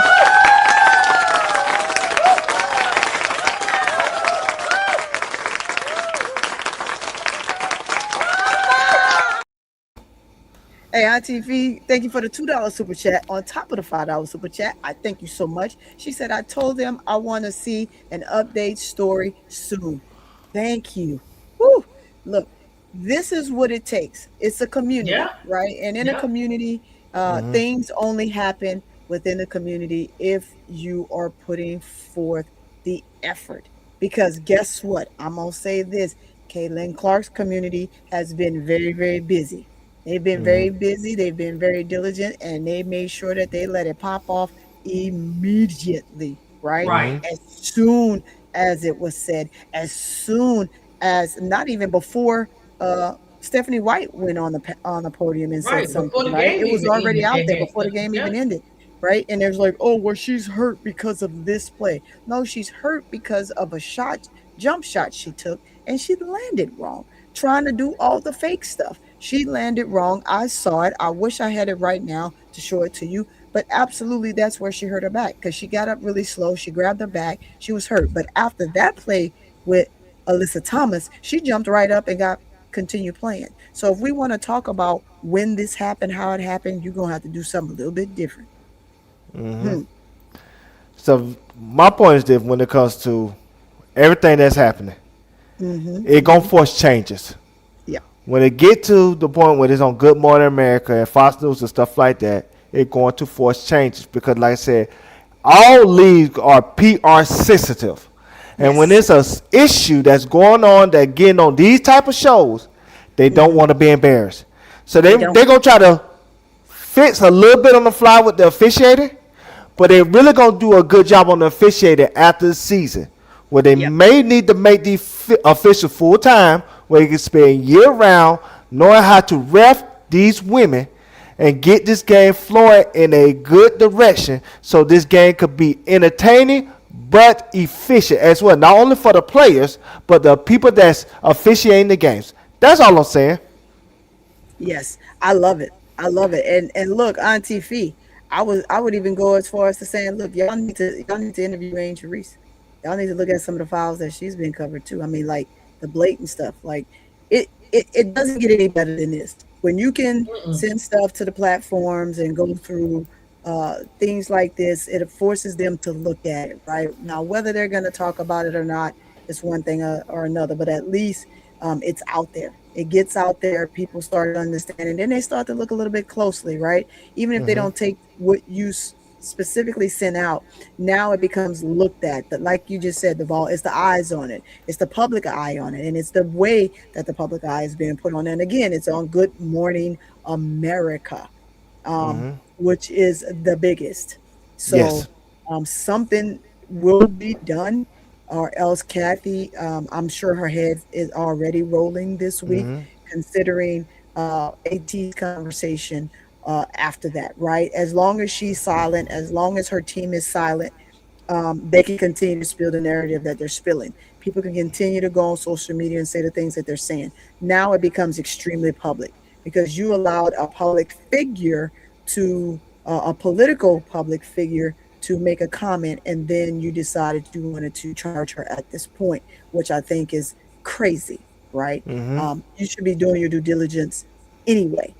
Just like, we can kind of put in the fact that the Dream coach has put in multiple complaints to review pretty much all of Angel Reese's games this year since she's been with them. And they have not gotten one response. They haven't gotten not one. And how many games have they played? 18? Yeah. And they haven't gotten one response. That's a problem. So all these things have to be put out there. Think about this, and this is where the league is big time. When they got on Good Morning America, and we got a legendary broadcaster, and Robin Roberts, called for Kathy Engelbert's job. You don't think Albert Silver made a phone call? You don't think Albert Silver made a phone call like, hey, this don't look good. Do something. Make something happen. Make something shake. Yeah. You know what I'm saying? Get your ass up. Get out of bed. Go urinate. Go pee. Flush your kidneys out. And do something. Because this is not good when it's on a show like this and they calling for your job. Don't make me be forced to remove you. Kathy Engelbert, do something. Because it don't look good when they get on shows like this and they question, is your league is in a good place from a commissioner standpoint. Right. That's when changes happens. Yeah. So the WNBA and Kathy Engelbert needs to get on the same page and get this officiating under control, get the league structure under control. Yes. Because if not, we need a new commissioner. Because that means she's unqualified to push this league forward. Because it's no longer about just, hey, make sure we not bleeding money, because that was in the green last year. The whole league was in the green last year. It wasn't just Chicago Sky, Valkyries, and the Fever was in the green, and New York Liberty. The whole league was in the green. So that means the whole league now is making money, and now it's a positive return. So if we need to push this league forward, Kathy Engelbert need to get on a goddamn job, call some people, and ask, how can I get this league to a better place? By the officiating standpoint and by the league collectively feeling like that everybody feels important instead of one person feeling important. Because just like my GOAT said, it's not about just one person, it's about me too. And so it should be about the collective of the WNBA players and the league at itself, because like I said, it's a big time league now, so they need to act like a professional environment. You no longer McDonald's, now Ruth Chris, so now you got good Wagyu steak that costs $100, so put a good product out there. You will not buy $4 hamburgers, so Kathy Engelbert, wake your ass up and find somebody to help you get this league to a better place. I don't know what else to tell you. I don't know what And else then to Jamal, tell you. anytime you still got the tickets at $10, starting at $10, and you still can't outsell an arena like except for certain games, that says a lot too. Well, this year, let me tell you something. What just happened, and I don't mean to cut you off, ADP. What just happened with this whole situation, where the tickets were $10, they're probably going to go up to $20, maybe $30 now, because They've been like, no, we got to go and we got to protect. Because they feel compelled now, right? It's like, no, I don't want to be a part of this clown show right now. This clown show is happening. I ain't going to the game. I don't want to be a part of that. But now this happened. What with me? How do we now go back and protect this?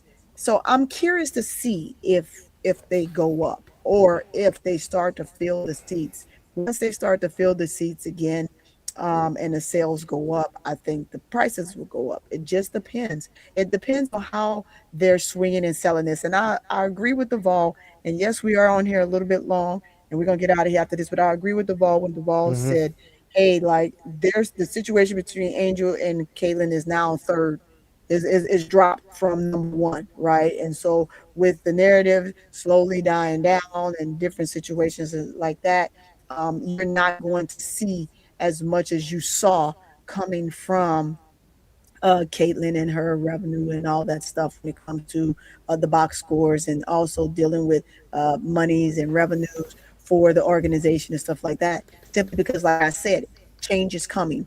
New players are coming faster, quicker. Defenders, playmakers, shot blockers, like all of that is coming to the league now. And they're all young, and they're going to have to grow and play with these same players for like the next 10 years. So can she sustain the next 10 years of this? Things change. And then again, even after what we know is coming in the league in the next 3 years, what comes in after that, right? Now you're getting older. Now you can't move as quickly. Now the ailments that you had in your younger prime, you're going to have moving forward because you haven't adjusted, because now you're trying to keep up with the young ones. So that's just how it is. It is going to forever evolve. And as it evolves, you're going to continue to run into situations like this. So does she get better? Does she stay the same? Is she still going to be the household name? Is she still going to be the W franchise player? You still got Sabrina Ionescu, who's come back, and she played a phenomenal game in the Commissioner Cup. She put up logo threes. She defended. She got stops. She did all the intangibles. She was a playmaker. She did all the same things. So what are we talking about here? What are we talking about? Will we still be having the same conversation in year 5 or 6 for Caitlin Clark? That's what I want to know. I mean,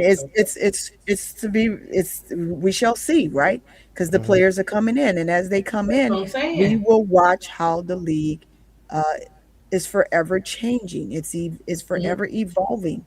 One player can bring change, right? But even in that one change, there's someone else coming in, then someone else coming in, It's someone always else coming. better.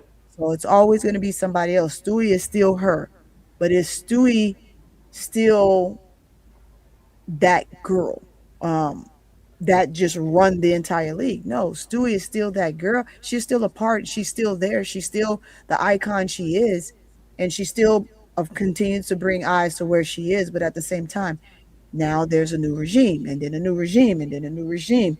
Your GOAT for this league right now, hands down, is not Stewie. It's A'ja Wilson. So, I mean, it's forever evolving. And you're saying that Caitlin's a GOAT now, which means you're dismissing A'ja in her greatness, and that just doesn't fly. It doesn't fly. Yeah. It just doesn't fly. But with that being said, y'all, it is time to get our buns up out of here. We've been up here an hour and 30 minutes, 3 hours and 30 minutes. I appreciate you, Duval. Thank you for coming up. I love the clips you sent me. It was a good addition. ADP, good job. Thank you. Thank you. Came up. Thanks for having me. Absolutely. Anytime. You're welcome. Anytime. With that, guys, chat, you all have been amazing. Thank you so much. If you have not hit the like button, please hit that like button. And if you are not subscribed to this channel, make sure you subscribe. And also, once you do that, you're going to see that little notification bell pop up. When you see that notification bell pop up, hit that bell so you're notified every time I drop. Now, after that, once the show is over, just like Duval reminded you all before, go back into the show, go back to playback, hit the 3 dots on the bottom so you can hype this video. On your cell phone. So people know exactly where it's at. It's right by the before the comments. Before the comments is those 5 dots where you can swipe and see if you want to see the chat live, everything else. You'll see the hype button, hit the hype button, because when you hit the hype button, it get into the algorithm, and when it get to the algorithm, more people get to see this video in real time. Oh, yes, definitely make sure you hit it. I want to see y'all hit it. So we're going to get up out of here so y'all can go ahead and do that. Let's see where we are with the likes so far on the show. I like to always look and see. Make sure y'all hit that like button on the way out. Tell them, don't forget tonight, Brookline and K-Stat will be going live. Yes, with their new show, Get It Off Your Chest. Get It Off Your Chest will be played tonight. Make sure you go and watch that show. That show comes on at 10 o'clock, right? Yeah. Yes. Okay. 10 o'clock. That's $2,200 for you military folks. $2,200. It's gonna show. So, with that being said, great job on the like button, y'all. Y'all did a great They did job. good. Oh, good job, yes, guys. they did good. We're proud Thank of y'all you. so much. I appreciate y'all. With that being said, we're out of here. And guess what? Here's what I'm gonna tell you. I will catch you on the next rebound.